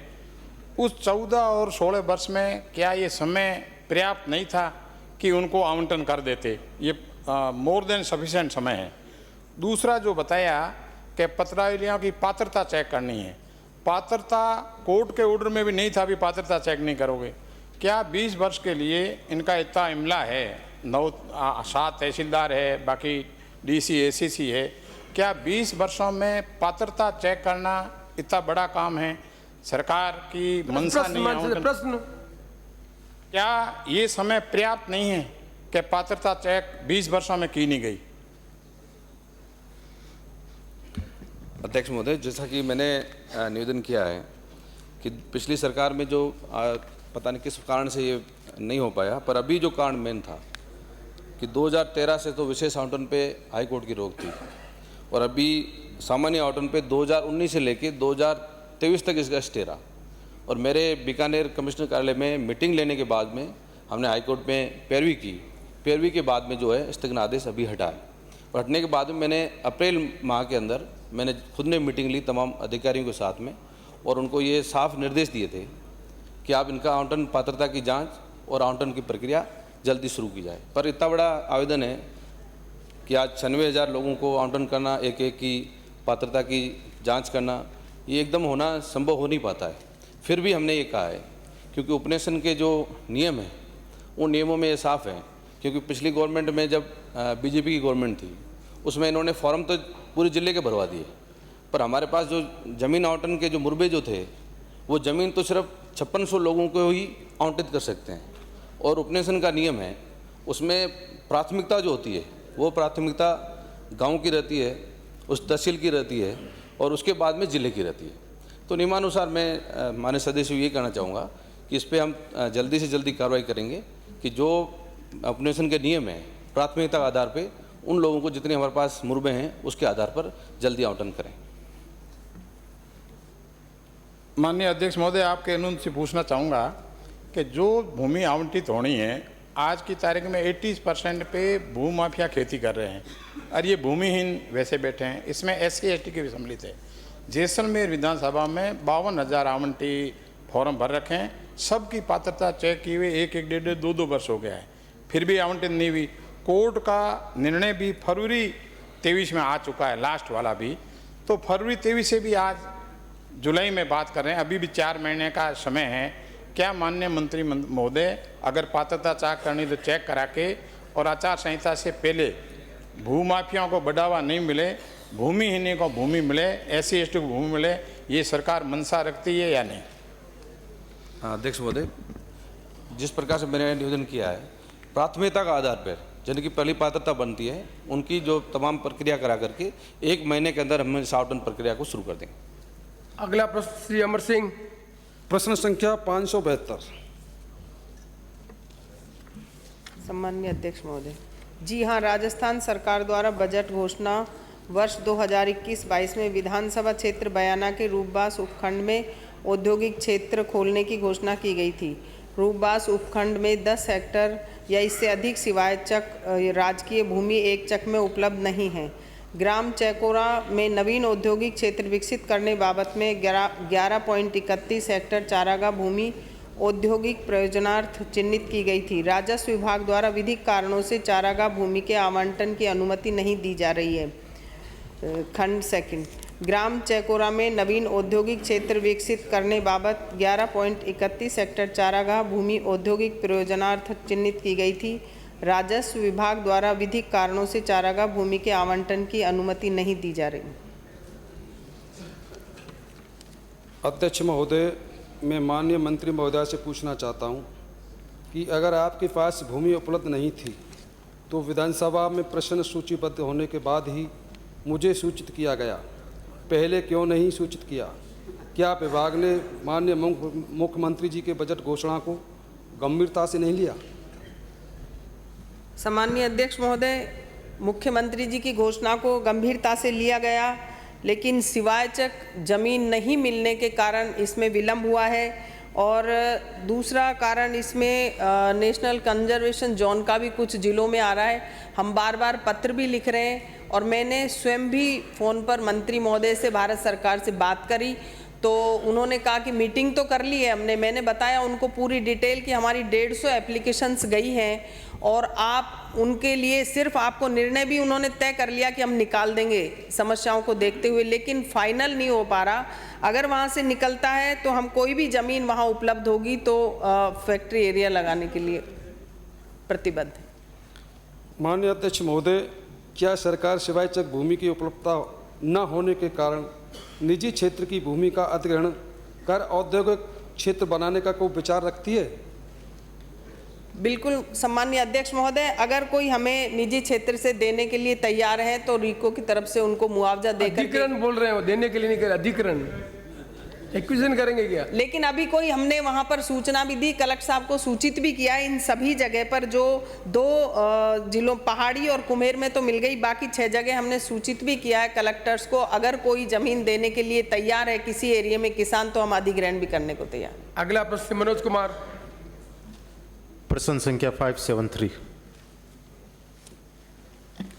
माननीय अध्यक्ष महोदय, खंड 1 सुजानगढ़ एवं बिदासर तहसील में लॉकडाउन के पूर्व राजस्थान राज्य पथ परिवहन निगम की 58 बसें संचालित थी, जिनका मार्गवार विवरण परिशिष्ट 1 पर संलग्न है। सुजानगढ़ एवं विदासर तहसील क्षेत्र की में लॉकडाउन से पूर्व कुल 68 निजी बसें ग्रामीण व अन्य मार्गों पर संचालित थी। खंड 2, निगम द्वारा उपरोक्त संचालित बसों में से लॉकडाउन के बाद बंद की गई तथा अभी तक पुनः संचालित नहीं की गई 9 बसों का विवरण परिशिष्ट 2 पर संलग्न है। निगम के सीमित संसाधनों के कारण उक्त बंद की गई बसों का पुनः संचालित किए जाने का फिलहाल कोई विचार नहीं है। लॉकडाउन के बाद उपरोक्त संचालित निजी बसों में से किसी भी बस का संचालन बंद नहीं किया गया है तथा वर्तमान समय में विदासन एवं सुजानगढ़ तहसील क्षेत्र में कुल 71 निजी बसें ग्रामीण एवं अन्य मार्गों पर संचालित हैं। अध्यक्ष महोदय, जवाब में बताया कि सीमित संसाधन के कारण चालू नहीं कर सकती, तो सरकार अपने सीमित संसाधन उनको कब बढ़ाएगी? विभाग कब नई बस से खरीदने का इरादा रखती है ताकि पुराने रूट जो बंद किए वो भी चालू कर सके और जो नए रूटों की आवश्यकता है उनको भी चालू कर सके? अभी 23-24 के बजट में माननीय मुख्यमंत्री जी ने घोषणा की है सर्विस मॉडल पर 1000 बसें लेने की। वो जब भी उपलब्ध हो जाएंगी तो प्रसन्नगत मार्गों पर प्राथमिकता से बस चलाने की कोशिश करेंगे। अगला प्रश्न ललित कुमार ओसवाल। अगला प्रश्न श्री कालूराम। प्रश्न संख्या 40-23।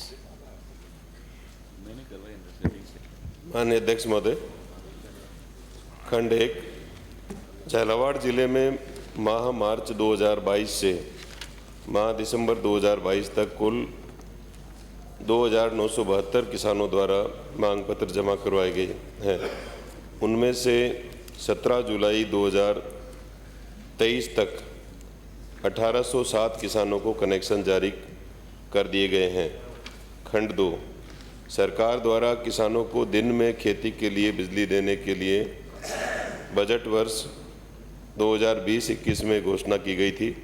घोषणा अनुसार झालावाड़ जिले को प्रथम चरण 2020-2021 में विद्युत तंत्र सुदृढ़ीकरण का कार्य पूर्ण करके माह अक्टूबर 2020 से ही दिन के ब्लॉक में सामान्यतः 6 घंटे विद्युत आपूर्ति की जा रही है। विद्युत उपलब्धता में कमी होने अथवा कोई अन्य तकनीकी समस्या होने पर किसानों को दिन व रात्रि के ब्लॉक में भी विद्युत आपूर्ति की जाती है। खंड 3, वर्तमान में लोड शेडिंग के नाम पर झालावाड़ जिले के ग्रामीण अथवा शहरी क्षेत्रों में कोई विद्युत कटौती नहीं की जा रही है। यद्यपि विद्युत उपलब्धता की स्थिति के प्रॉब्लम है, प्रॉब्लम नीचे बैठे, मैं उत्तर बंद करा दूंगा। नीचे बैठे, नीचे बैठे। माननीय प्रताप सिंह जी नीचे बैठे, नीचे बैठे। ये आप सीनियर आदमी है, प्रश्न पूछने का तरीका होता है, उनका प्रश्न आप हाईजैक कर रहे हैं। प्लीज नीचे बैठे, अंकित नहीं होगा, नीचे बैठे, नीचे बैठे। इसीलिए मैं प्रश्न करता को अलाउ किया मैंने, कि बीच में अलाउ नहीं करे कोई भी। आपने जबरदस्ती हाईजैक कर रहे हैं, उनको अलाउ नहीं कर रहे। आपने प्रश्न क्यों नहीं पूछा? तो आप माननीय सदस्य को डिस्करेज कर रहे हैं आप बिल्कुल ही। माननीय सदस्य प्लीज। यद्यपि विद्युत उपलब्धता गोविंद खड़ा हो जाए, ये खड़ा हो जाए, प्रश्न पूछते ना आप। औद्योगिक क्षेत्रों में पूर्व सूचना के उपरांत कभी कभार विद्युत कटौती की जाती है। माननीय अध्यक्ष महोदय, मंत्री महोदय ने जवाब दिया है कि 1972 मांग पत्र जमा हुए, उनमें से 1807 किसानों को कनेक्शन दिए गए 2022 में। तो 1165 को आप कब तक दे देंगे? या 2022 का आंकड़ा है, साल भर हो गया, अभी तक 1165 किसान बाकी है। नंबर 2 पे आपने कहा है कि किसानों को दिन में लाइट दी जाती है और 6 घंटे लाइट दी जा रही है। माननीय महोदय, किसानों को दिन में लाइट नहीं मिलती और 6 घंटे भी नहीं मिलती है। यह लाइट 3 से 4 घंटे मिलती है। और तीसरा, और मैं आपसे बाद में पूछूंगा, इसका जवाब दें। माननीय अध्यक्ष महोदय, जैसा कि मैंने मूल प्रश्न के जवाब में बताया कि 1807 किसानों को कनेक्शन अभी तक जारी कर दिए गए हैं। 2972 में से 1165 कृषि कनेक्शन अभी पेंडिंग है। उनमें से 732 का इंफ्रा तैयार है और सितंबर तक सभी कनेक्शन जो है वो जारी कर दिए जाएंगे, जितने पेंडिंग कनेक्शन है। दूसरा, दिन में 6 घंटे लाइट की जो बात कही गई, तो हमारी जो घोषणा की गई थी उसके बाद में माननीय मुख्यमंत्री जी की घोषणा के बाद में जो पहले चरण में हमने जो ज़िले लिए थे जिनमें 6 घंटे बिजली दी जानी है, उसमें माननीय विधायक महोदय का जिला भी है और इंफ्रा को इम्प्रूव, जो सिस्टम को इम्प्रूव करने के बाद में हम 6 घंटे बिजली दे रहे हैं। उसके साथ साथ इनके जो 220 kV GSS भवानी मंडी है डग विधानसभा क्षेत्र में, वहाँ पर वोल्टेज की प्रॉब्लम है कृषि कनेक्शन नए होने से, नए कनेक्शन होने की वजह से, तो वहाँ 25 MVA का अतिरिक्त ट्रांसफार्मर लगाने की वहाँ ज़रूरत महसूस की गई है। तो आगामी 2 माह में 220 kV GSS भवानी मंडी में 25 MVA का अतिरिक्त ट्रांसफार्मर लगा दिया जाएगा, जिससे जो भी आपूर्ति में दिक्कत आ रही है तो उसका समाधान भी हो जाएगा। माननीय अध्यक्ष महोदय, नंबर 3 में आपने जवाब दिया है कि वर्तमान में लोड शेडिंग के नाम पर झालावाड़ जिले में कहीं भी लाइट कटौती नहीं की जा रही है और औद्योगिक क्षेत्र में कभी कभी की जा रही है। मानता हूं कि औद्योगिक क्षेत्र में आप कभी कभी करते हैं, बाकी ग्रामीण क्षेत्र में रोज़ लाइट कटिंग की जा रही है। 7 बजे से लेकर 10 बजे तक लाइट कटौती होती है। मेरी विधानसभा में 20 तारीख को रात्रि 8 बजे से लेकर दूसरे दिन 11 बजे तक 15 घंटे की कटौती की। सारे अधिकारियों को मैंने उत्तर दीजिए अपने को, अपने उत्तर दे। माननीय प्रश्न हो गया माननीय मंत्री जी, और ये माननीय आपका प्रश्न समझ में आ गया। माननीय मंत्री जी, आप इनके जो प्रश्न है उनको बिजली रेगुलर मिले उसके संबंध में आपके पास कोई कंप्लेंट नहीं गया? माननीय अध्यक्ष महोदय, जो लोड शेडिंग के संबंध में और बिजली कटौती के संबंध में माननीय विधायक महोदय ने जो प्रश्न पूछा है उसके मूल में भी मैंने इसका जवाब दिया है। और इनके विधानसभा क्षेत्र में जो मैंने जैसा अभी निवेदन किया कि इनके कुछ GSS ऐसे हैं जहां पर कनेक्शन अधिक होने की वजह से जो हमारा 132 का GSS है वो ओवरलोड हुआ है, तो वहाँ हमने एक अतिरिक्त ट्रांसफार्मर भी स्वीकृत कर दिया है। और लोड शेडिंग के नाम पे नहीं है, लेकिन कई बार मेंटेनेंस आदि या टेक्निकल फॉल्ट होने की वजह से कोई बिजली कटौती हो, उसके अलावा कोई हमारे द्वारा बिजली कटौती नहीं की जा रही। अगले पर श्री रामनारायण मीणा साहब, प्लीज हो गया, लिमिट हो गया, नीचे हो गया, 4 प्रश्न हो गए, प्लीज आप बेटा प्लीज 4 जवाब नहीं है तो आप नीचे बैठे, नहीं नीचे बैठे। Mister Madan Dilawar, last day I don't want, last day बाहर निकालूंगा मैं, लास्ट डे बाहर निकालूंगा मैं। I will name you mister Madan Dilawar, I will name you mister Rajendra Rathore, I will name you Madan Dilawar and mister Pratap Singh. I don't want to set a wrong example. आखिरी सदन का समय है और सीनियर आदमी हो, नीचे बैठे प्लीज, नीचे बैठे, नीचे बैठे, आई सेड नीचे बैठे। मैं mister Rathore, I don't want to set a wrong example. मैं नहीं चाहता कि सदन की जो आखिरी सदन का दिन है वो इस अनप्रेजेंटेड टाइम में निकले, और आप सीनियर आदमी है, फिर सदन में आना चाहते हैं। सब सदन के लोग देख रहे हैं किस तरह का बिहेवियर करते हैं आप बेटे प्लीज नीचे बैठे, मैं सड़क से नीचे बैठे, सीनियर आदमी में लेग नीचे बैठे आप मिस्टर प्रताप नीचे बैठे। ये बहुत अनफॉर्चुनेट चीज है। आप मैं आई एम ऑन लेग, आप पहली बार के MLA and you want to set a wrong example. आपको अखबार में ही आना है, फोटो में ही आना है, प्रश्न पूछते हैं ना आप, रोका किसी ने? माननीय रामनारायण चौर। माननीय अध्यक्ष महोदय, खंड 1, जी हाँ, इलेक्ट्रोपैथी पद्धति को राज्य में चिकित्सा कार्य हेतु गुणागुण के आधार पर विचार विमर्श कर औचित्यपूर्ण प्रस्ताव तैयार करने एवं लीगल एस्पेक्ट को जांचने हेतु वर्ष 2015 एवं वर्ष 2017 में समितियों का गठन किया गया था। समिति गठन के आदेशों की प्रति परिशिष्ट वापस संलग्न है। उक्त समितियों द्वारा प्रस्तुत रिपोर्ट का संक्षिप्त विवरण परिशिष्ट वापस संलग्न है। खंड संख्या 2, जी नहीं, प्रदेश में कोई भी मान्यता प्राप्त इलेक्ट्रोपैथी क्लिनिक संस्थान नहीं चल रहा है। खंड संख्या 3, जी नहीं, राज्य में राजस्थान इलेक्ट्रोपैथी चिकित्सा पद्धति अधिनियम 2018 पारित किया गया है। इस हेतु बोर्ड के गठन के संबंध में विभाग द्वारा सचिव आयुष मंत्रालय भारत सरकार को पत्र लिखते हुए मार्गदर्शन चाहा गया है कि परिशिष्ट पर जिस पर मार्गदर्शन आदिनांक तक अप्राप्त है। माननीय अध्यक्ष महोदय, मैं आपके माध्यम से जानकारी चाहूँगा माननीय मंत्री जी से। जब 2007 से 2018 तक 5 कमेटियाँ गठित की गई, उसके बाद में राजस्थान इलेक्ट्रोपैथी चिकित्सा पद्धति अधिनियम 2018 पास किया गया। 2018 के बाद में आप गवर्नमेंट ऑफ इंडिया से डायरेक्शन से आ रहे हो, तो ये 5 साल तक इतनी शिथिलता क्यों बरती गई, और इसके बारे में आगे से आप क्या कार्रवाई करने जा रहे हो ताकि ये इतने सुस्त नहीं रहे और हमारे को चिकित्सा पद्धति बहुत गंभीर रोगों में भी मिल सके। माननीय अध्यक्ष महोदय, आपके माध्यम से माननीय सदस्य को बताना चाहूँगा कि ये जो एक्ट पारित किया गया और जब भारत सरकार से संपर्क किया गया, इससे पहले 7 कमेटियों का गठन किया गया। कभी कोई कमेटी कुछ रिपोर्ट दी, कुछ कमेटी कुछ रिपोर्ट दी, जो मैं को माननीय सदस्य को उपलब्ध करा दी गई है। और बताना चाहूँगा, जब ये स्थिति आई, क्योंकि इंडिया में, देश में कहीं भी इलेक्ट्रोपैथी को मान्यता प्राप्त नहीं है, और इस इलेक्ट्रोपैथी के क्या दुष्प्रभाव होंगे, प्रभाव होंगे, बिना जब तक गवर्नमेंट ऑफ इंडिया की गाइडलाइंस, जिसको कि हमारा नेशनल आयुष काउंसिल है, उन्होंने भी हाथ खड़े कर दिए। फिर भी माननीय सदस्य की भावना के अनुरूप पुनः हम प्रयास करेंगे, क्योंकि जब तक इसका कोई क्या क्वालिफिकेशंस होंगी तब तक कुछ नहीं किया जा सकता। प्रश्नकाल समाप्त हुआ। प्रक्रिया के नियम 50 के अंतर्गत स्थगन प्रस्तावों पर व्यवस्था। मुझे माननीय सदस्यों को सूचित करना है कि निम्नांकित स्थगन प्रस्तावों की सूचना प्राप्त हुई। श्री जबर सिंह सांकला सदस्य की ओर से आसीन नगर पालिका के वार्ड नंबर 22 के सरकारी भूमि की ताराबंदी कर अतिक्रमण से बचाने के संबंध में। श्री सतीश पुनिया सदस्य की ओर से विधानसभा क्षेत्र आमेर की क्षतिग्रस्त सड़कों का डामरीकरण करवाए जाने के संबंध में। श्रीमती अनीता पटेल सदस्य की ओर से अजमेर शहर में स्मार्ट सिटी योजना के तहत अन्ना सागर झील को छोटा करने से अतिवृष्टि के समय झील के ओवरफ्लो होने से उत्पन्न स्थिति के संबंध में। श्री नारायण बेनीवाल सदस्य की ओर से प्रदेश में राष्ट्रीय एवं अंतर्राज्यीय राज्य मार्गों पर नियम विरुद्ध टोल वसूलने से उत्पन्न स्थिति के संबंध में। श्री खुशवीर सिंह सदस्य की ओर से सर्वोच्च न्यायालय के निर्णयानुसार संरक्षित क्षेत्र हेतु जारी की गई गाइडलाइंस की पालना करने के संबंध में। श्रीमती चंद्रकांता मेघवाल सदस्य की ओर से विधानसभा क्षेत्र केशवराय पाटन की नहरों में पानी नहीं छोड़ने से स्थानीय किसानों द्वारा धरना प्रदर्शन करने से उत्पन्न स्थिति के संबंध में। श्री अमेर सिंह भायल सदस्य की ओर से विधानसभा क्षेत्र सिवाना अंतर्गत भखा भगत सिंह बस स्टैंड की क्षतिग्रस्त सड़कों का डामरीकरण करवाए जाने के संबंध में।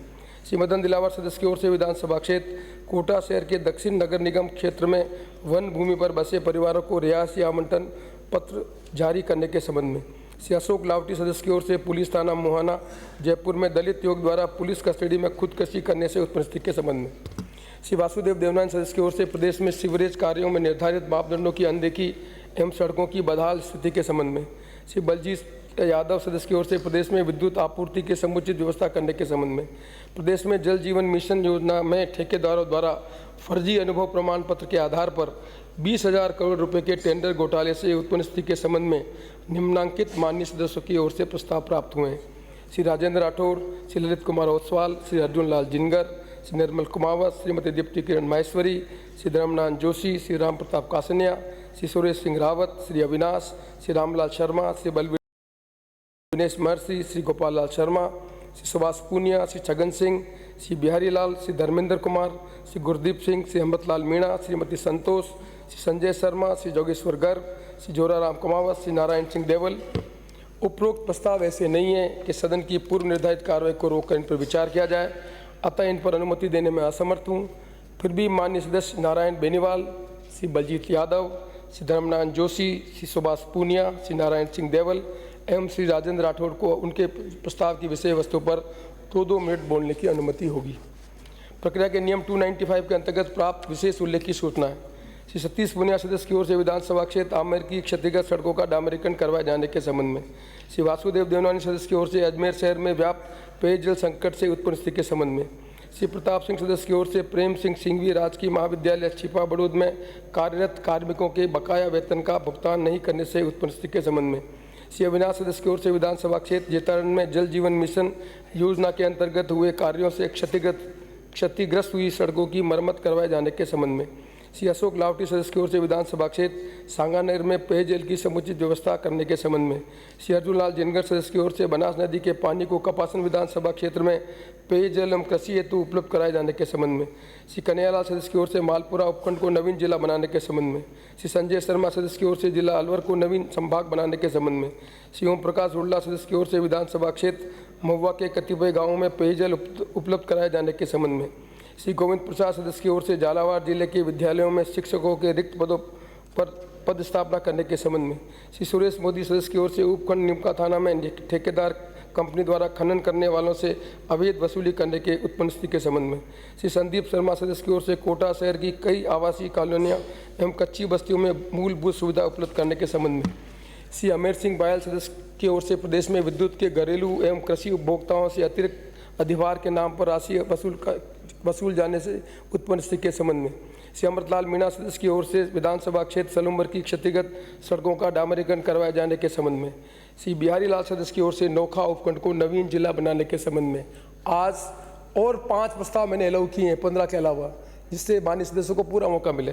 श्री बिहारी लाल के बाद श्री राकेश पारिक सदस्य की ओर से प्रदेश की गुर्जरों सहित अन्य जातियों को शैक्षणिक संस्थाओं में MBC वर्ग का लाभ दिलवाए जाने के संबंध में श्री रामनारायण मीणा सदस्य की ओर से विधानसभा क्षेत्र पीपलधाम में चंबल सिंचित क्षेत्र में जल सिंचन जल निकासी तथा ड्रेनेज जीर्णोद्धार के कार्यों को पूर्ण कराने के संबंध में श्री अमित चाचान सदस्य की ओर से उपखंड नौर को नवीन जिला बनाने के संबंध में श्री फूल सिंह मीणा सदस्य की ओर से विधानसभा क्षेत्र उदयपुर ग्रामीण में उच्च माध्यमिक विद्यालय में नवीन कक्ष बनाने एवं शिक्षकों के रिक्त पदों को भरने के संबंध में श्रीमती सूर्यकांता व्यास सदस्य की ओर से जोधपुर के उम्मेद सागर बांध भूमि एवं कैचमेंट एरिया को अतिक्रमण मुक्त कर इसे वर्षा जल संरक्षण इकाई, पेयजल भंडारण एवं पर्यटन आकर्षण केंद्र के रूप में विकसित किए जाने के संबंध में माननीय सदस्यों को उनके द्वारा दी गई सूचना को पढ़ने की अनुमति होगी। श्री नारायण बेनीवाल। माननीय सदस्य, मैंने I have call mister leader, I will not allow बात है। लाल डायरी की बात हुई है, उन्होंने कहा कि लाल डायरी अगर उसका राज खुल जाता तो रिकॉर्ड नहीं होगा, रिकॉर्ड नहीं होगा, रिकॉर्ड नहीं होगा। नारायण बेनीवाल, रिकॉर्ड नहीं होगा। नारायण बेनीवाल, नारायण बेनीवाल, नारायण बेनीवाल, नारायण बेनीवाल। माननीय अध्यक्ष महोदय,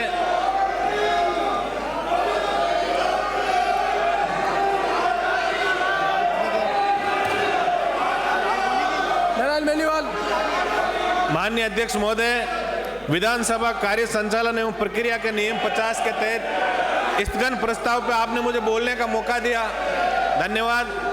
मैं आपका ध्यान प्रदेश में राज्य राजमार्गों एवं कुछ राष्ट्रीय राजमार्गों के नियम विरुद्ध टोल वसूली के कारण उत्पन्न स्थिति के संबंध में सरकार का ध्यान आकर्षित करना चाहता हूं। मैं चेंबर में आइए, चेंबर में आइए, मैं चेंबर में आइए। या नहीं, या नहीं, या not allowed. I will not allow you, I will not allow you, I will not allow you, I will not allow you. I said मैं आपको बात अच्छा लगता, मैं अच्छा नहीं लगता, मैं बाहर निकाल दूंगा। नीचे जाए, not allowed. I said not allowed. प्रदेश में राज्य राजमार्गों एवं कुछ राष्ट्रीय राजमार्गों पर नियम विरुद्ध टोल वसूली के कारण उत्पन्न स्थिति के संबंध में महोदय उपरोक्त विषय में अनुरोध है कि प्रदेश में एक तरफ तो जब कोई वाहन खरीदता है तो रोड टैक्स के नाम पर बड़ी राशि परिवहन कार्यालय में जमा करवाई जाती है, तो दूसरी तरफ टोल टैक्स लिया जा रहा है। रोड टैक्स एवं टोल टैक्स दोनों कैसे लिए जा रहे हैं? प्रदेश सरकार एक तरफ तो महंगाई रात कैंप लगाकर रात बांटने का काम कर रही है, तो दूसरी तरफ प्रदेश के राज्य राजमार्गों एवं खस्ताल राष्ट्रीय राजमार्गों पर नियम विरुद्ध टोल वसूल करके जनता पर आर्थिक भार डाल रही है, जिसको लेकर प्रदेश की जनता में भारी रोष व्याप्त है। प्रदेश की पूर्ववर्ती भारतीय जनता पार्टी सरकार के तत्कालीन मुख्यमंत्री जी ने 6 मार्च 2018 विनियोग विधेयक पर बहस का जवाब देते समय प्रदेश के राज्य राजमार्गों को टोल मुक्त करने की घोषणा की थी, जिसके बाद 1 अप्रैल 2018 से एक बार प्रदेश को टोल मुक्त किया गया था। लेकिन उसके बाद जैसे ही नई सरकार बनी, उस नई नवेली सरकार ने राज्य राजमार्गों पर पुनः टोल वसूली का कार्य शुरू कर दिया, जो अनवरत जारी है। प्रदेश में अधिकांश जगह सार्वजनिक निर्माण विभाग एवं PPP मॉडल पर बनी सड़कें जगह जगह से टूटी हुई एवं टोल नाकों पर तय मापदंडों के अनुसार किसी भी तरह की सुविधाएं नहीं है। नागौर अजमेर राष्ट्रीय राजमार्ग का कार्य पूर्ण किए हुए बिना ही पिछले लंबे समय से लगातार टोल वसूली का कार्य किया जा रहा है, जिसके संबंध में मेड़ता की लोक अदालत ने इसे बंद करने के निर्देश प्रशासन को दिए थे, लेकिन प्रशासन के ढुलमुल रवैये के कारण आज भी टोल वसूली का कार्य बंद नहीं होकर लगातार चालू है। सड़कों पर कहीं पर भी रोड सेफ्टी का ध्यान नहीं रखा जा रहा है और न ही किसी तरह की कोई सुविधा है। पेचिंग का काम चलाकर सड़क को ठीक करने के नाम पर मेज औपचारिकता कर दी जा रही है। मेरी सरकार से मांग है कि प्रदेश के राज्य राजमार्गों एवं खस्ताल राष्ट्रीय राजमार्गों पर टोल वसूली का कार्य तुरंत बंद करके प्रदेश के राजमार्गों को टोल मुक्त किया जाकर आम जनता को राहत प्रदान करावे। माननीय अध्यक्ष महोदय, नागौर, कुचामन, खाटू, तरनाऊ, भोपालगढ़, आसोप, संकवास, खजवाड़ा, कुचेरा,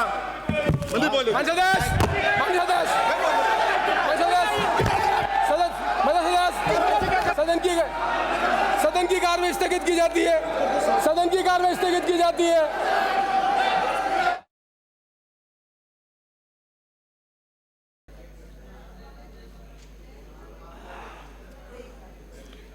माननीय सदस्य, माननीय अध्यक्ष,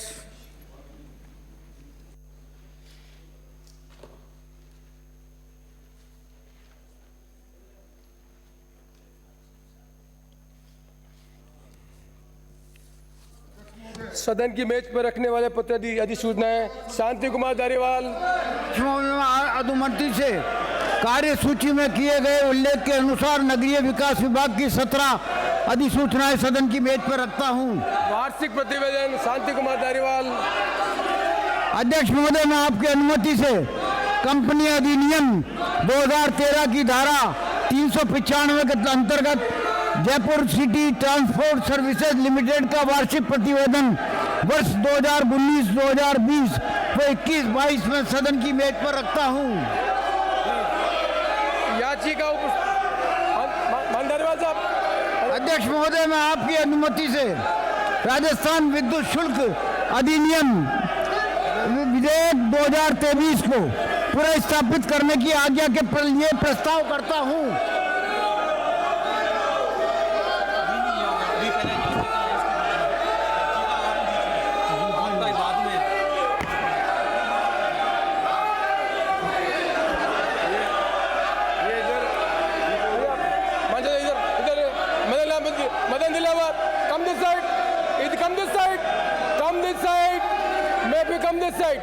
I will not allow it. Come this side. I will not allow it.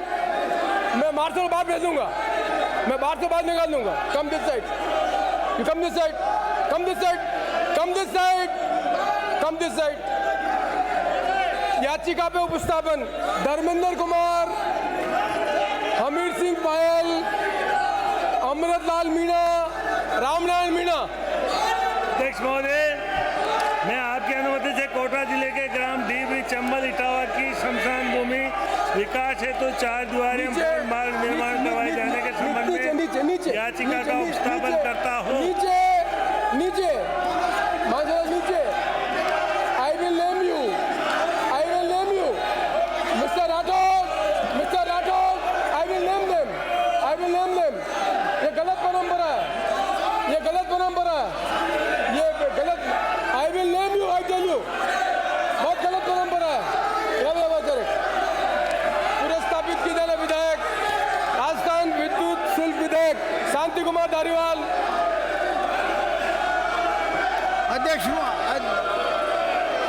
अध्यक्ष महोदय, मैं आपकी अनुमति से दो ना यार। हाँ। अध्यक्ष महोदय, मैं आपकी अनुमति से राजस्थान विद्युत शुल्क विधेयक 2023 को पुनर्स्थापित करने की आज्ञा के लिए प्रस्ताव करता हूँ। प्रश्न यह है कि राजस्थान विद्युत शुल्क विधेयक 2023 को पुनर्स्थापित करने की आज्ञा प्रदान की जाए। जो पक्ष में वहाँ गए, विपक्ष में ना गए, हाँ पक्ष जीता, हाँ पक्ष जीता, विधेयक को पुनर्स्थापित करने की आज्ञा प्रदान की जाए। अध्यक्ष महोदय, मैं आपकी अनुमति से राजस्थान विद्युत शुल्क विधेयक 2023 को पुनर्स्थापित करता हूँ। राजस्थान राज्य कृषक ऋण राहत आयोग विधेयक 2023 उदयलाल आंजना।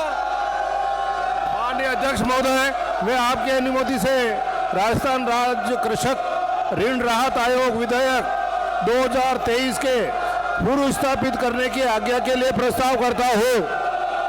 प्रश्न ये कि राजस्थान राज्य कृषक ऋण राहत आयोग विधेयक 2023 को पुनर्स्थापित करने की आज्ञा प्रदान की जाए। जो पक्ष में वहाँ गए, जो विपक्ष में ना गए, हाँ पक्ष जीता, हाँ पक्ष जीता, विधेयक को पुनर्स्थापित करने की आज्ञा प्रदान की। माननीय मंत्री जी। माननीय अध्यक्ष महोदय, मैं आपकी अनुमति से राजस्थान राज्य कृषक ऋण राहत आयोग विधेयक 2023 को पूर्व स्थापित करता हूँ। महात्मा गांधी दिव्यांग विश्वविद्यालय जोधपुर विधेयक 2023 टीकाराम जूली। माननीय अध्यक्ष महोदय, मैं आपकी अनुमति से महात्मा गांधी दिव्यांग विश्वविद्यालय जोधपुर विधेयक 2023 को पूर्व स्थापित करने की आज्ञा के लिए प्रस्ताव करता हूँ। प्रश्न ये कि महात्मा गांधी दिव्यांग विश्वविद्यालय 2000 विधेयक 2023 को प्रस्तावित करने की आज्ञा प्रदान की जाए। जो पक्ष में वहाँ गए, जो विपक्ष में ना गए, हाँ पक्ष जीता, हाँ पक्ष जीता, विधेयक को पुनर्स्थापित करने की आज्ञा प्रदान की। प्रभारी मंत्री। माननीय अध्यक्ष महोदय, मैं आपकी अनुमति से महात्मा गांधी दिव्यांग विश्वविद्यालय जोधपुर विधेयक 2023 को पूर्व स्थापित करता हूँ। विचारार्थ लिए जाने विधेयक कोटा विकास प्राधिकरण विधेयक शांति कुमार धारीवाल। अध्यक्ष महोदय, मैं आपकी अनुमति से प्रस्ताव करता हूं कि कोटा विकास प्राधिकरण विधेयक 2023 को पारित किया जाए।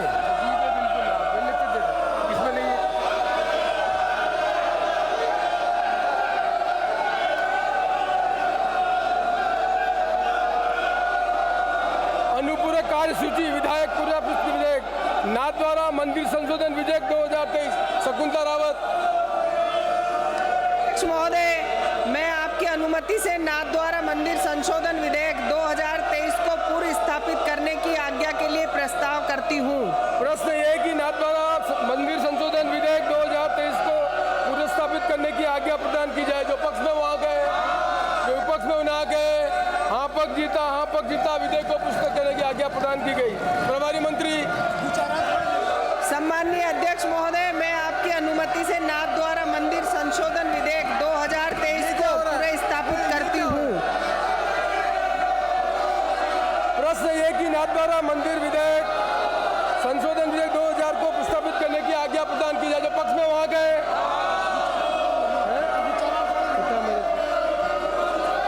जो पक्ष में वहाँ गए, जो विपक्ष में वो ना गए, हाँ पक्ष जीता विधेयक को प्रस्तावित करने की आज्ञा प्रदान की। प्रभारी मंत्री।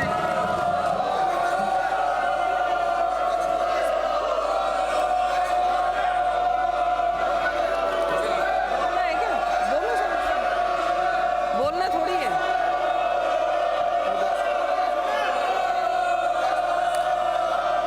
श्री संदीप शर्मा, श्री संतोष, श्री राजेंद्र राठौर, श्री अनिता पटेल, श्री कल्पना देवी, श्री गोविंद प्रसाद, धर्मनाथ जोशी, बिहारी लाल, मदन दिलावर, रामलाल शर्मा, अभिनेश महर्षि, संयम लोढ़ा, रामनारायण मीणा। माननीय अध्यक्ष महोदय, इस सदन के 75 साल के इतिहास में भारतीय जनता पार्टी ने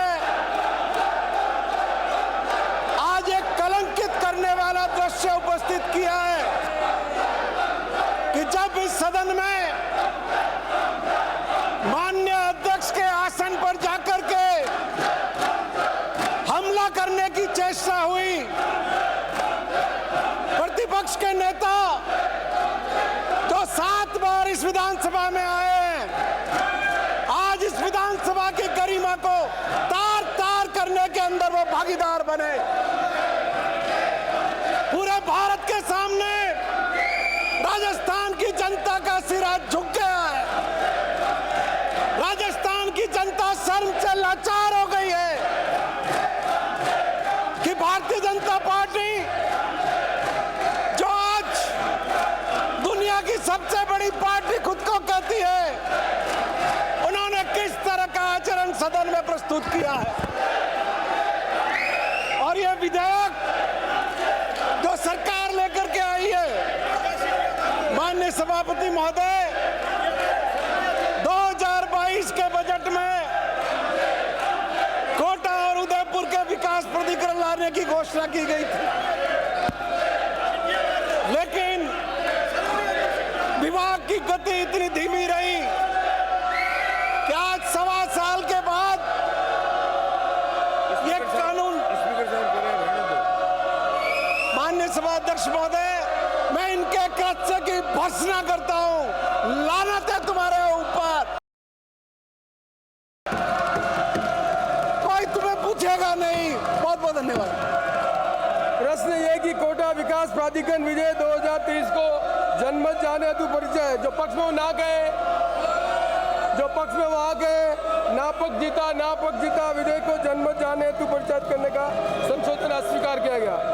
प्रश्न यह है कि कोटा विकास प्राधिकरण विधेयक 2023 को विचारार्थ लिया जाए। जो पक्ष में वहाँ गए, जो विपक्ष में ना गए, हाँ पक्ष जीता विधेयक को विचारार्थ लिया गया।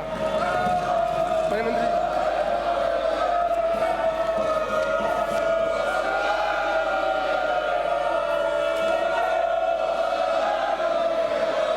कोटा विकास प्राधिकरण विधेयक 2023 को पारित किया जाए।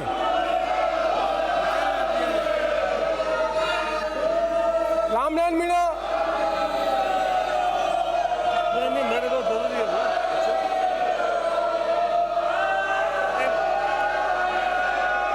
ये जो बिल है ये अलग अलग जिलों से संबंधित है और इसके बारे में विचार विमर्श भी नहीं किया गया। इसको जनमत जानने के लिए प्रचारित किया जाए, क्योंकि ये इसमें आगे जा कर के जिलों में विद्रोह होगा और नुकसान होगा। इसलिए मेरा निवेदन है सरकार से, माननीय मंत्री जी से, इसको जनमत जानने के लिए प्रचारित किया जावे। अध्यक्ष महोदय, जनमत जानने के लिए जो प्रस्ताव पहले रखा गया था वही सदन के द्वारा जो है वो जो मना कर दिया गया, तो इसलिए कोई सवाल ही नहीं होता जनमत जानने का। तो इसलिए इसको विचारार्थ करके इसको पारित किया, विधेयक को पारित किया जाए। प्रश्न है कि खंड 2 में जो संशोधन रामनारायण मीणा ने प्रस्तुत किया इसे स्वीकार किया जाए। जो पक्ष में वो आए, जो विपक्ष में ना गए, ना पक्ष जीता ना पिछला संशोधन अस्वीकार किया गया। प्रश्न है कि खंड 2 स्वीकार किया जाए। जो पक्ष में वो आ गए, जो विपक्ष में वो ना गए, हाँ पक्ष जीता, खंड 2 स्वीकार किया गया। खंड 3, प्रश्न है कि खंड 3 में जो संशोधन श्री रामनारायण मीणा ने प्रस्तुत किया उसे स्वीकार किया जाए। जो पक्ष में आ गए, विपक्ष में वो ना गए, ना पक्ष जीता, संशोधन अस्वीकार किया गया। प्रश्न है कि खंड 3 स्वीकार किया जाए। जो पक्ष में वो आ गए, विपक्ष में वो ना गए, हाँ पक्ष जीता, खंड 3 स्वीकार किया गया। खंड 4 प्रभारी मंत्री उत्तर देंगे।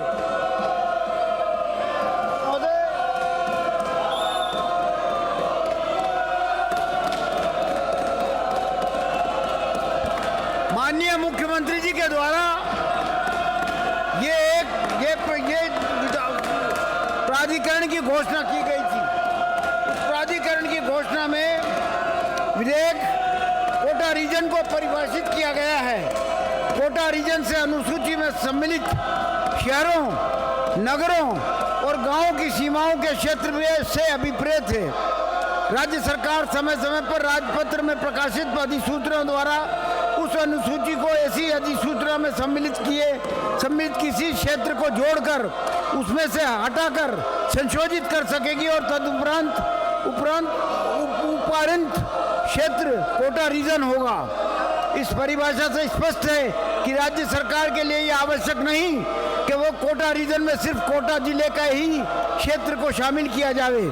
क्षेत्र के भावी विकास, भविष्य की महत्वपूर्ण परियोजनाएं एवं प्रति क्षेत्र के अवांछनीय विकास को एवं नियंत्रण के दृष्टिगत आसपास के अन्य ग्रामों, कस्बों, शहरों के क्षेत्र को भी शामिल किया जा सकता है।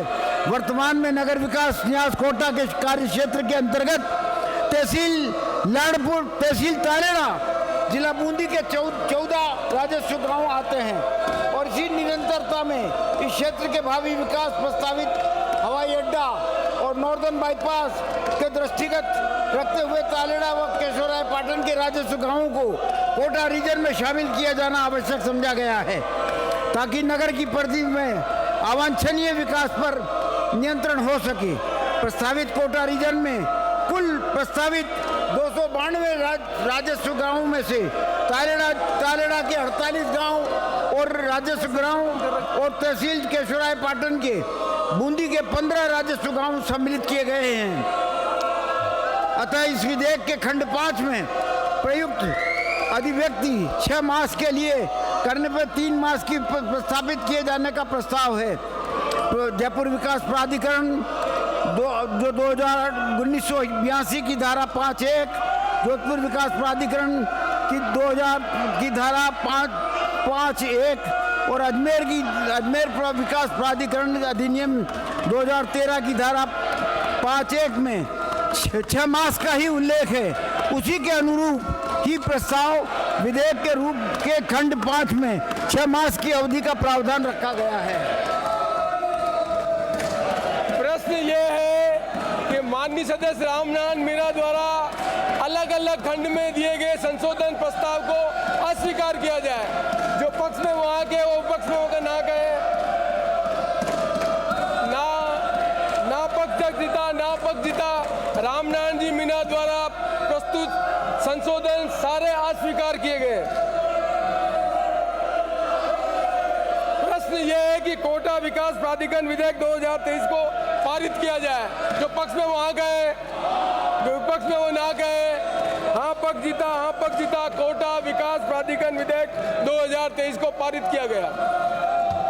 उदयपुर विकास प्राधिकरण विधेयक, शांति कुमार धारीवाल।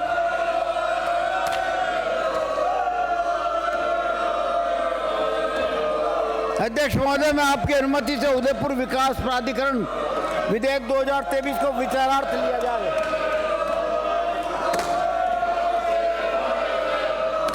श्रीमती संतोष, श्री राजेंद्र राठौर, श्री अनीता बघेल, श्री फूल सिंह मीणा, श्री अमृतलाल मीणा, धर्मनारायण जोशी, दीप्ति किरण महेश्वरी, बिहारी लाल, मदन दिलावर, रामलाल शर्मा, अभिनेश महर्षि, संयम लोढ़ा, अशोक लावटी, प्रभारी मंत्री।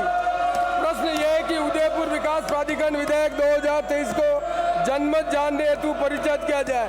जो पक्ष में वो आ गए, जो विपक्ष में वो ना गए। ना पक्ष जीता विधेयक को जनमत जानने हेतु परिचय करने का संशोधन प्रस्ताव अस्वीकार किया गया। प्रश्न ये है कि उदयपुर विकास प्राधिकरण विधेयक 2023 को विचारार्थ लिया जाए। जो पक्ष में वो आ गए, विपक्ष में वो ना गए। हाँ पक्ष जीता विधेयक को विचारार्थ लिया गया। खंड से विचार, खंड 2 से 100 कोई संशोधन नहीं। प्रश्न है कि खंड 2 से 100 स्वीकार किए जाए। जो पक्ष में वो आ गए, जो विपक्ष में वो ना गए। हाँ पक्ष जीता खंड 2 से 100 तक स्वीकार किए गए। अनुसूचित कोई संशोधन नहीं। प्रश्न है कि अनुसूचित स्वीकार की जाए। जो पक्ष में वो आ गए, जो विपक्ष में वो ना गए। हाँ पक्ष जीता अनुसूचित स्वीकार की गई। खंड 1 अधिनियम सूत्रनाम आदि कोई संशोधन नहीं। प्रश्न है कि खंड 1 अधिनियम सूत्रनाम आदि स्वीकार किए जाए। जो पक्ष में वो आ गए, जो विपक्ष में वो ना गए। हाँ पक्ष जीता खंड 1 अधिनियम सूत्रनाम प्रस्ताव स्वीकार किया गया। प्रश्न यह है कि उदयपुर विकास प्राधिकरण विधेयक 2023 को पारित किया जाए। जो पक्ष में वो आ गए, जो विपक्ष में वो ना गए। हाँ पक्ष जीता उदयपुर विकास प्राधिकरण विधेयक 2023 को पारित किया गया। श्री शांति कुमार धारीवाल, गांधी वाटिका न्यास जयपुर विधेयक 2000।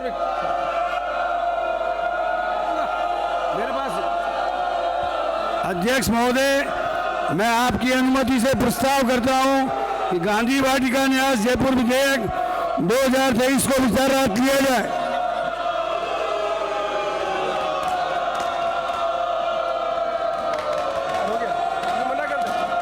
बोल दिया। श्री नारायण बेनीवाल।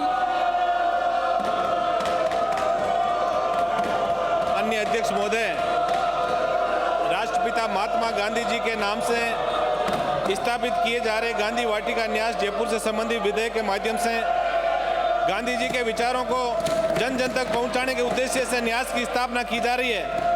उस गांधी वाटिका न्यास जयपुर विधेयक 2023 पर बोलने का मौका दिया, उसके लिए धन्यवाद। गांधी जी ने कहा है कि जो बदलाव दुनिया में देखना चाहते हो वो खुद के अंदर लाओ, और इसके अंदर माननीय अध्यक्ष महोदय, राजेंद्र, आज जिस तरह से लोकतंत्र तार हुआ इस सदन के अंदर, और देश के 8.5 करोड़, राजस्थान के 8.5 करोड़ लोगों ने आज लोकतंत्र को तार होते देखा। हमें बड़ा आज की जो घटना को मैं पीड़ादायी कहूंगा। माननीय अध्यक्ष महोदय, यदि इस लाल डायरी की जांच भारतीय जनता पार्टी के सारे सदस्य कर रहे हैं तो देश के अंदर इनका राज है। इस लाल डायरी की जांच भी करा लें, लेकिन मुझे तो लग रहा है क्योंकि मुख्यमंत्री जी ने सार्वजनिक मंच से कहा था कि यदि वसुंधरा जी नहीं होती तो मेरी सरकार नहीं बचती, तो कहीं ना कहीं इस लाल डायरी के अंदर भारतीय जनता पार्टी के विधायकों के नाम भी हो सकते हैं। मैं तो इतना ही निवेदन करूंगा कि ईमानदारी से माननीय अध्यक्ष महोदय, राजस्थान की 8.5 करोड़ जनता जानना चाहती है कि इस लाल डायरी के अंदर क्या है। आप सरकार को निर्देशित करें और जांच कराएं, और इसके अंदर यदि किसी भी सदस्य की सही भावना है कि यदि किसी ने भ्रष्टाचार किया है, किसी ने पैसों का लेन देन किया है, ऐसे सारे विधायकों को जेल के पीछे जाने चाहिए। मैं इतना निवेदन आपसे करूंगा कि देश के अंदर भारतीय जनता पार्टी की सरकार है, और भारतीय जनता पार्टी के लोग ये चाह रहे हैं कि इस मामले की जांच हो। प्लीज आज जो भी घटना हुई, मैं इस घटना मान सदस्य बैठे बैठे बैठे माननीय सदस्य बैठे विचार अशोक लावटी, बिहारी लाल, श्रीमती अनीता पटेल, राम प्रताप कसानिया, अविनाश, अमृतलाल मीणा, अभिनेश महर्षि, राजेंद्र राठौर, दिव्या मदेना, रामलाल शर्मा, धर्मनाथ जोशी। प्रभारी मंत्री, प्रश्न ये कि गांधी वाटिका न्यास जयपुर विधेयक 2023 को जनमत जानने हेतु परिचित किया जाए। जो पक्ष में वो आ गए, जो विपक्ष में वो ना गए, ना पक्ष जीता विधेयक को जनमत जानने हेतु परिचित करने का संसद प्रस्ताव अस्वीकार किया गया। प्रश्न है कि गांधी वाटिका न्याय जयपुर विधेयक 2023 को विचाराधीन लिया जाए। जो पक्ष में वो आ गए, विपक्ष में ना गए, हाँ पक्ष जीता विधेयक को विधायक लिया गया। खंड से विचार 2 से 24 कोई संशोधन नहीं।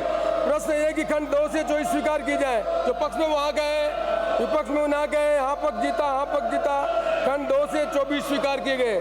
खंड 1 अधिनियम सूत्र नाम आदि कोई संशोधन नहीं। प्रश्न है कि खंड 1 अधिनियम सूत्र नाम आदि स्वीकार किए जाए। जो पक्ष में वो आ गए, विपक्ष में ना गए, हाँ पक्ष जीता खंड 1 अधिनियम सूत्र नाम आदि स्वीकार किए गए। प्रश्न यह है कि गांधी वाटिका न्यास जयपुर विधेयक 2023 को पारित किया जाए। जो पक्ष में वो आ गए, जो विपक्ष में वो ना गए, हाँ पक्ष जीता गांधी वाटिका न्यास जयपुर विधेयक 2023 को पारित किया गया। राजस्थान प्लेटफॉर्म आधारित गिग कर्मकार रजिस्ट्रेशन और कल्याण विधेयक 2023। सुखराम बिश्नोई। माननीय अध्यक्ष जी, मैं आपकी अनुमति से प्रस्ताव करता हूं कि राजस्थान प्लेटफॉर्म आधारित गिग कर्मकार रजिस्ट्रेशन एवं कल्याण विधेयक 2023 को विचार लिया जाए। नयन बेनीवाल, अशोक लावटी, बिहारी लाल, अनीता पटेल, राम प्रताप कासनिया, अविनाश, जगदीश चंद्र, अमृतलाल मीणा, अभिनेश महर्षि, राजेंद्र राठौर, दिव्या मदेना, रामलाल शर्मा, धर्मनाथ जोशी। प्रश्न यह है कि राजस्थान प्लेटफॉर्म आधारित गिग कर्मकार रजिस्ट्रीकरण और कल्याण विधेयक 2023 को जनमत जानने हेतु परिचित किया जाए। जो पक्ष में वहाँ गए, विपक्ष में ना गए, ना पक्ष जीता विधेयक को जनमत जानने हेतु परिचित करने का संसद प्रस्ताव अस्वीकार किया गया। प्रश्न ये कि राजस्थान प्लेटफॉर्म आधारित गिग कर्मकार रजिस्ट्रेशन और कल्याण विधेयक 2023 को विचाराधीन लिया जाए। जो पक्ष में वहाँ गए, जो विपक्ष में ना गए, हाँ पक्ष जीता विधेयक को विचाराधीन लिया गया। खंड सा विचार, खंड 2 से 23 कोई संशोधन नहीं। प्रश्न ये कि खंड 2 से 23 स्वीकार की जाए। जो पक्ष में वहाँ गए, विपक्ष में ना गए, हाँ पक्ष जीता खंड 2 से 23 स्वीकार किए गए। खंड 1 अधिनियम सूत्र नाम आदि कोई संशोधन नहीं। प्रश्न है कि खंड 1 अधिनियम सूत्र नाम आदि स्वीकार किए जाए। जो पक्ष में वहाँ गए, विपक्ष में ना गए, हाँ पक्ष जीता खंड 1 अधिनियम सूत्र नाम आदि स्वीकार किए गए। शुक्ला मंत्री प्रस्ताव रखेंगे।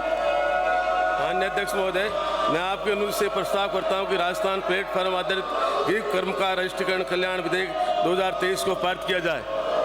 प्रश्न ये कि राजस्थान प्लेटफॉर्म आधारित गिग कर्मकार रजिस्ट्रेशन कल्याण विधेयक 2023 को पारित किया जाए। जो पक्ष में वो आ गए, विपक्ष में ना गए, हाँ पक्ष जीता राजस्थान प्लेटफॉर्म आधारित गिग कर्मकार रजिस्ट्रेशन और कल्याण विधेयक 2023 को पारित किया गया।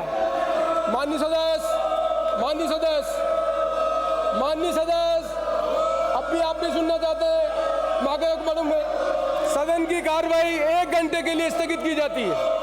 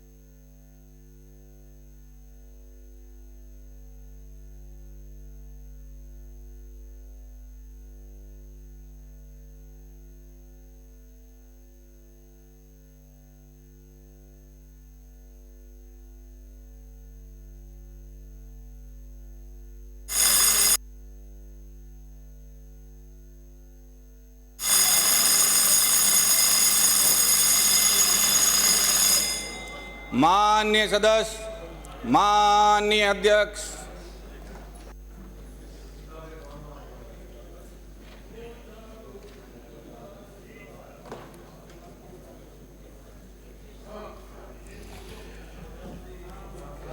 शासकीय संकल्प श्री शांति कुमार धारीवाल, श्री शांति कुमार धारीवाल, शांति कुमार धारीवाल, शांति कुमार धारीवाल।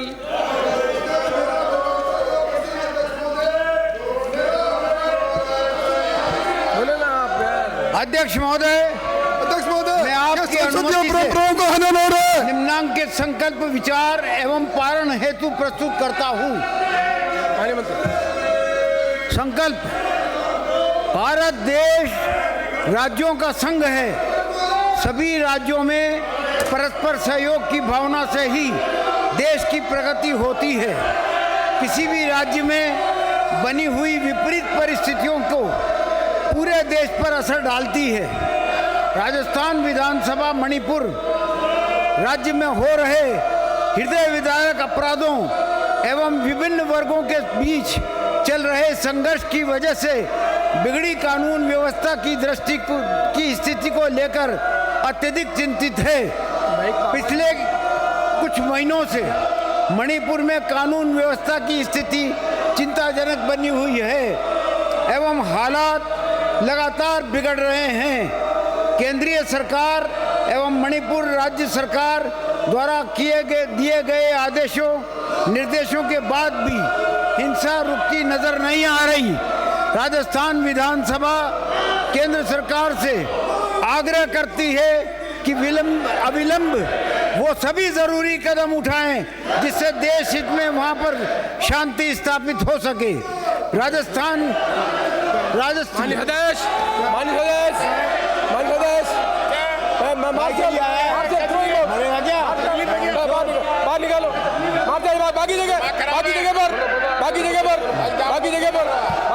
जिससे देश में वहाँ पर शांति जरूरी कदम उठाएं जिससे देश हित में वहाँ पर शांति स्थापित हो सके। राजस्थान विधानसभा मणिपुर की जनता से अपील करती है कि पारस्परिक सौहार्द बनाए रखें एवं शांति स्थापित करने की ओर आगे बढ़ें। इन विषम परिस्थितियों में पूरे प्रदेश की संवेदनाएं मणिपुर की जनता के साथ है। बाकी जगह पर बाकी जगह पर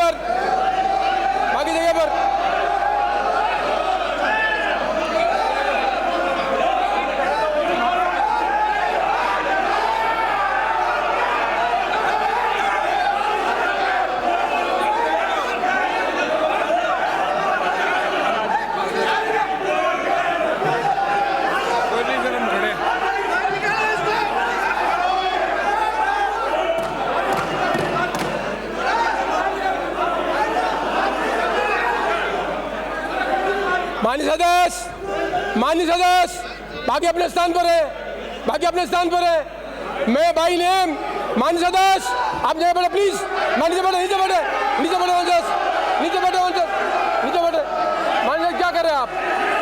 माननीय सदस्य आप नीचे क्या कर रहे हैं आप? बिल्कुल माननीय सदस्य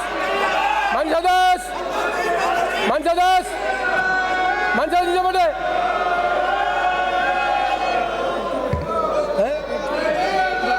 सदन की कार्रवाई आधे घंटे के लिए स्थगित की जाती।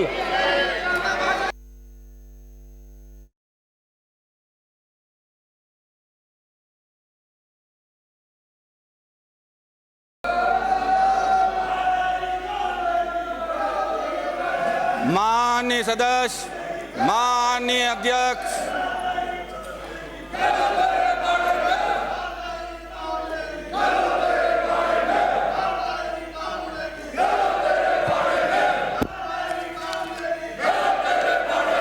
प्रश्न यह है कि नगरीय विकास एवं आवासन मंत्री द्वारा प्रस्तुत संकल्प पारित किया जाए। जो पक्ष में वहां गए, जो विपक्ष में ना गए, हाँ पक्ष जीता संकल्प पारित किया गया। श्री महेंद्र जी सिंह मालविया। अध्यक्ष महोदय, मैं आपकी अनुमति से निम्नलिखित संकल्प विचार एवं प्राण हेतु प्रस्तुत करता हूँ। संकल्प: पूर्वी राजस्थान के लिए सिंचाई पेयजल निरंतर उपलब्धता को सुनिश्चित करने के लिए पूर्वी राजस्थान नहर परियोजना ERCP के महत्व को दृष्टिगत रखते हुए सदन केंद्र सरकार से आग्रह करता है कि पूर्वी राजस्थान नहर परियोजना ERCP को राष्ट्रीय परियोजना का दर्जा दिया जाए। प्रश्न यह है कि जल संसाधन मंत्री द्वारा प्रस्तुत संकल्प पारित किया जाए। पक्ष में वहां गए, विपक्ष में ना गए, हाँ पक्ष जीता, संकल्प पारित किया गया। श्री ममता भूपेश। माननीय अध्यक्ष महोदय, मैं आपकी अनुमति से निम्नांकित संकल्प विचार एवं पारण हेतु प्रस्तुत करती हूँ। संकल्प: प्रदेश के गांवों के सर्वांगीण विकास एवं उत्थान हेतु यह सदन केंद्र सरकार से आग्रह करता है कि केंद्र के अन्नदाता किसानों को राहत प्रदान करने के लिए राष्ट्रीयकृत एवं व्यावसायिक बैंकों में ऋणी किसानों हेतु कृषक ऋण माफी योजना लाई जाए। प्रश्न यह है कि महिला एवं बाल विकास मंत्री द्वारा प्रस्तुत संकल्प पारित किया जाए। पक्ष में वहां गए, विपक्ष में ना गए, हाँ पक्ष जीता, संकल्प पारित किया गया। श्री गोविंद राम मेघवाल। अध्यक्ष महोदय, मैं आपकी अनुमति से निम्नलिखित संकल्प विचार एवं पारण हेतु प्रस्तुत करता हूँ। संकल्प: देश के समग्र सामाजिक एवं आर्थिक उत्थान हेतु ये सदन केंद्र सरकार से आग्रह करता है कि वर्ष 2011 से 2015 की अवधि के बीच आयोजित की गई सामाजिक आर्थिक जातीय जनगणना के आंकड़े सार्वजनिक किए जाएं तथा अब देश में जातिगत जनगणना कराई जाए। प्रश्न यह है कि आपदा प्रबंधन एवं सहायता मंत्री द्वारा प्रस्तुत संकल्प पारित किया जाए। जो पक्ष में वहां गए, जो विपक्ष में ना गए, हाँ पक्ष जीता, संकल्प पारित किया गया। माननीय संसदीय मंत्री जी।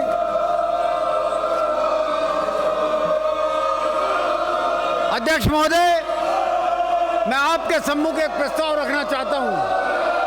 आज दिनांक 24 जुलाई 2023 को शून्यकाल में माननीय अध्यक्ष महोदय द्वारा स्थगन प्रस्तावों पर व्यवस्था दी जा रही थी। उस समय माननीय सदस्य श्री राजेंद्र सिंह गुड़ा अचानक वेल में आसन की ओर आवेशित होकर डायस पर आकर माननीय अध्यक्ष महोदय को नियम विरुद्ध तरीके से संबोधित कर बहस करने लगे। माननीय अध्यक्ष महोदय द्वारा माननीय सदस्य को बार बार अपनी बात बेल में आकर पढ़ने और नियमानुसार वासन से अनुमति प्राप्त करने हेतु कहे जाने पर उनको शांत रह करके सदन की कार्रवाई चलने देने के लिए निर्देशित किया गया, किंतु माननीय सदस्य गुड़ा द्वारा आसन के आदेशों की घोर अवहेलना करते हुए लगातार आवेशित होकर बहस करने लगे। गुड़ा द्वारा माननीय अध्यक्ष की घोर उपेक्षा की गई, आसन की अवहेलना की गई, आसन का अपमान किया गया और आवेशित भाषा में बात करते हुए पाए गए तथा जानबूझकर सदन के कार्य में दुर्भावनापूर्ण आशय से बाधा डाली। माननीय सदस्य गुड़ा ने मेरे डेस्क पर लगे माइक पर जोर से प्रहार किया और हाथापाई करने का प्रयास किया। यदि माननीय सदस्यों और मार्शल के द्वारा गुड़ा को नहीं रोका जाता तो निश्चित रूप से बहुत बड़ी घटना घटित हो सकती थी। माननीय राजेंद्र सिंह गुड़ा गंभीर चोट पहुंचाने के आशय से मेरी ओर आए थे। उनका कृत्य पूर्व नियोजित और दुराशय से प्रेषित होकर स्पष्ट परिलक्षित है। उनके द्वारा आसन का अपमान करते हुए पूरे सदन का अपमान किया गया है। आज तक राजस्थान विधानसभा के इतिहास में ऐसी घटना नहीं हुई। संविधान निर्माताओं ने ऐसे कृत्य की कल्पना भी नहीं की थी होगी।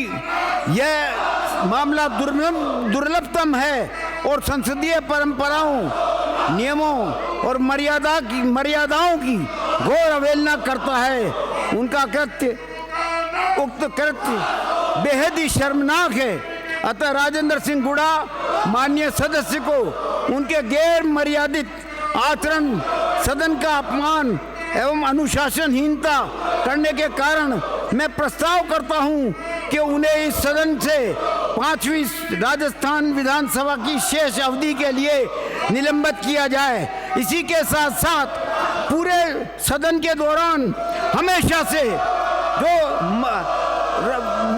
आसन के द्वारा दी गई व्यवस्थाओं का विरोध करने और आसन की अवहेलना करने, आसन का अपमान करने के लिए माननीय सदस्य मदन दिलावर हमेशा से अग्रसर रहे हैं।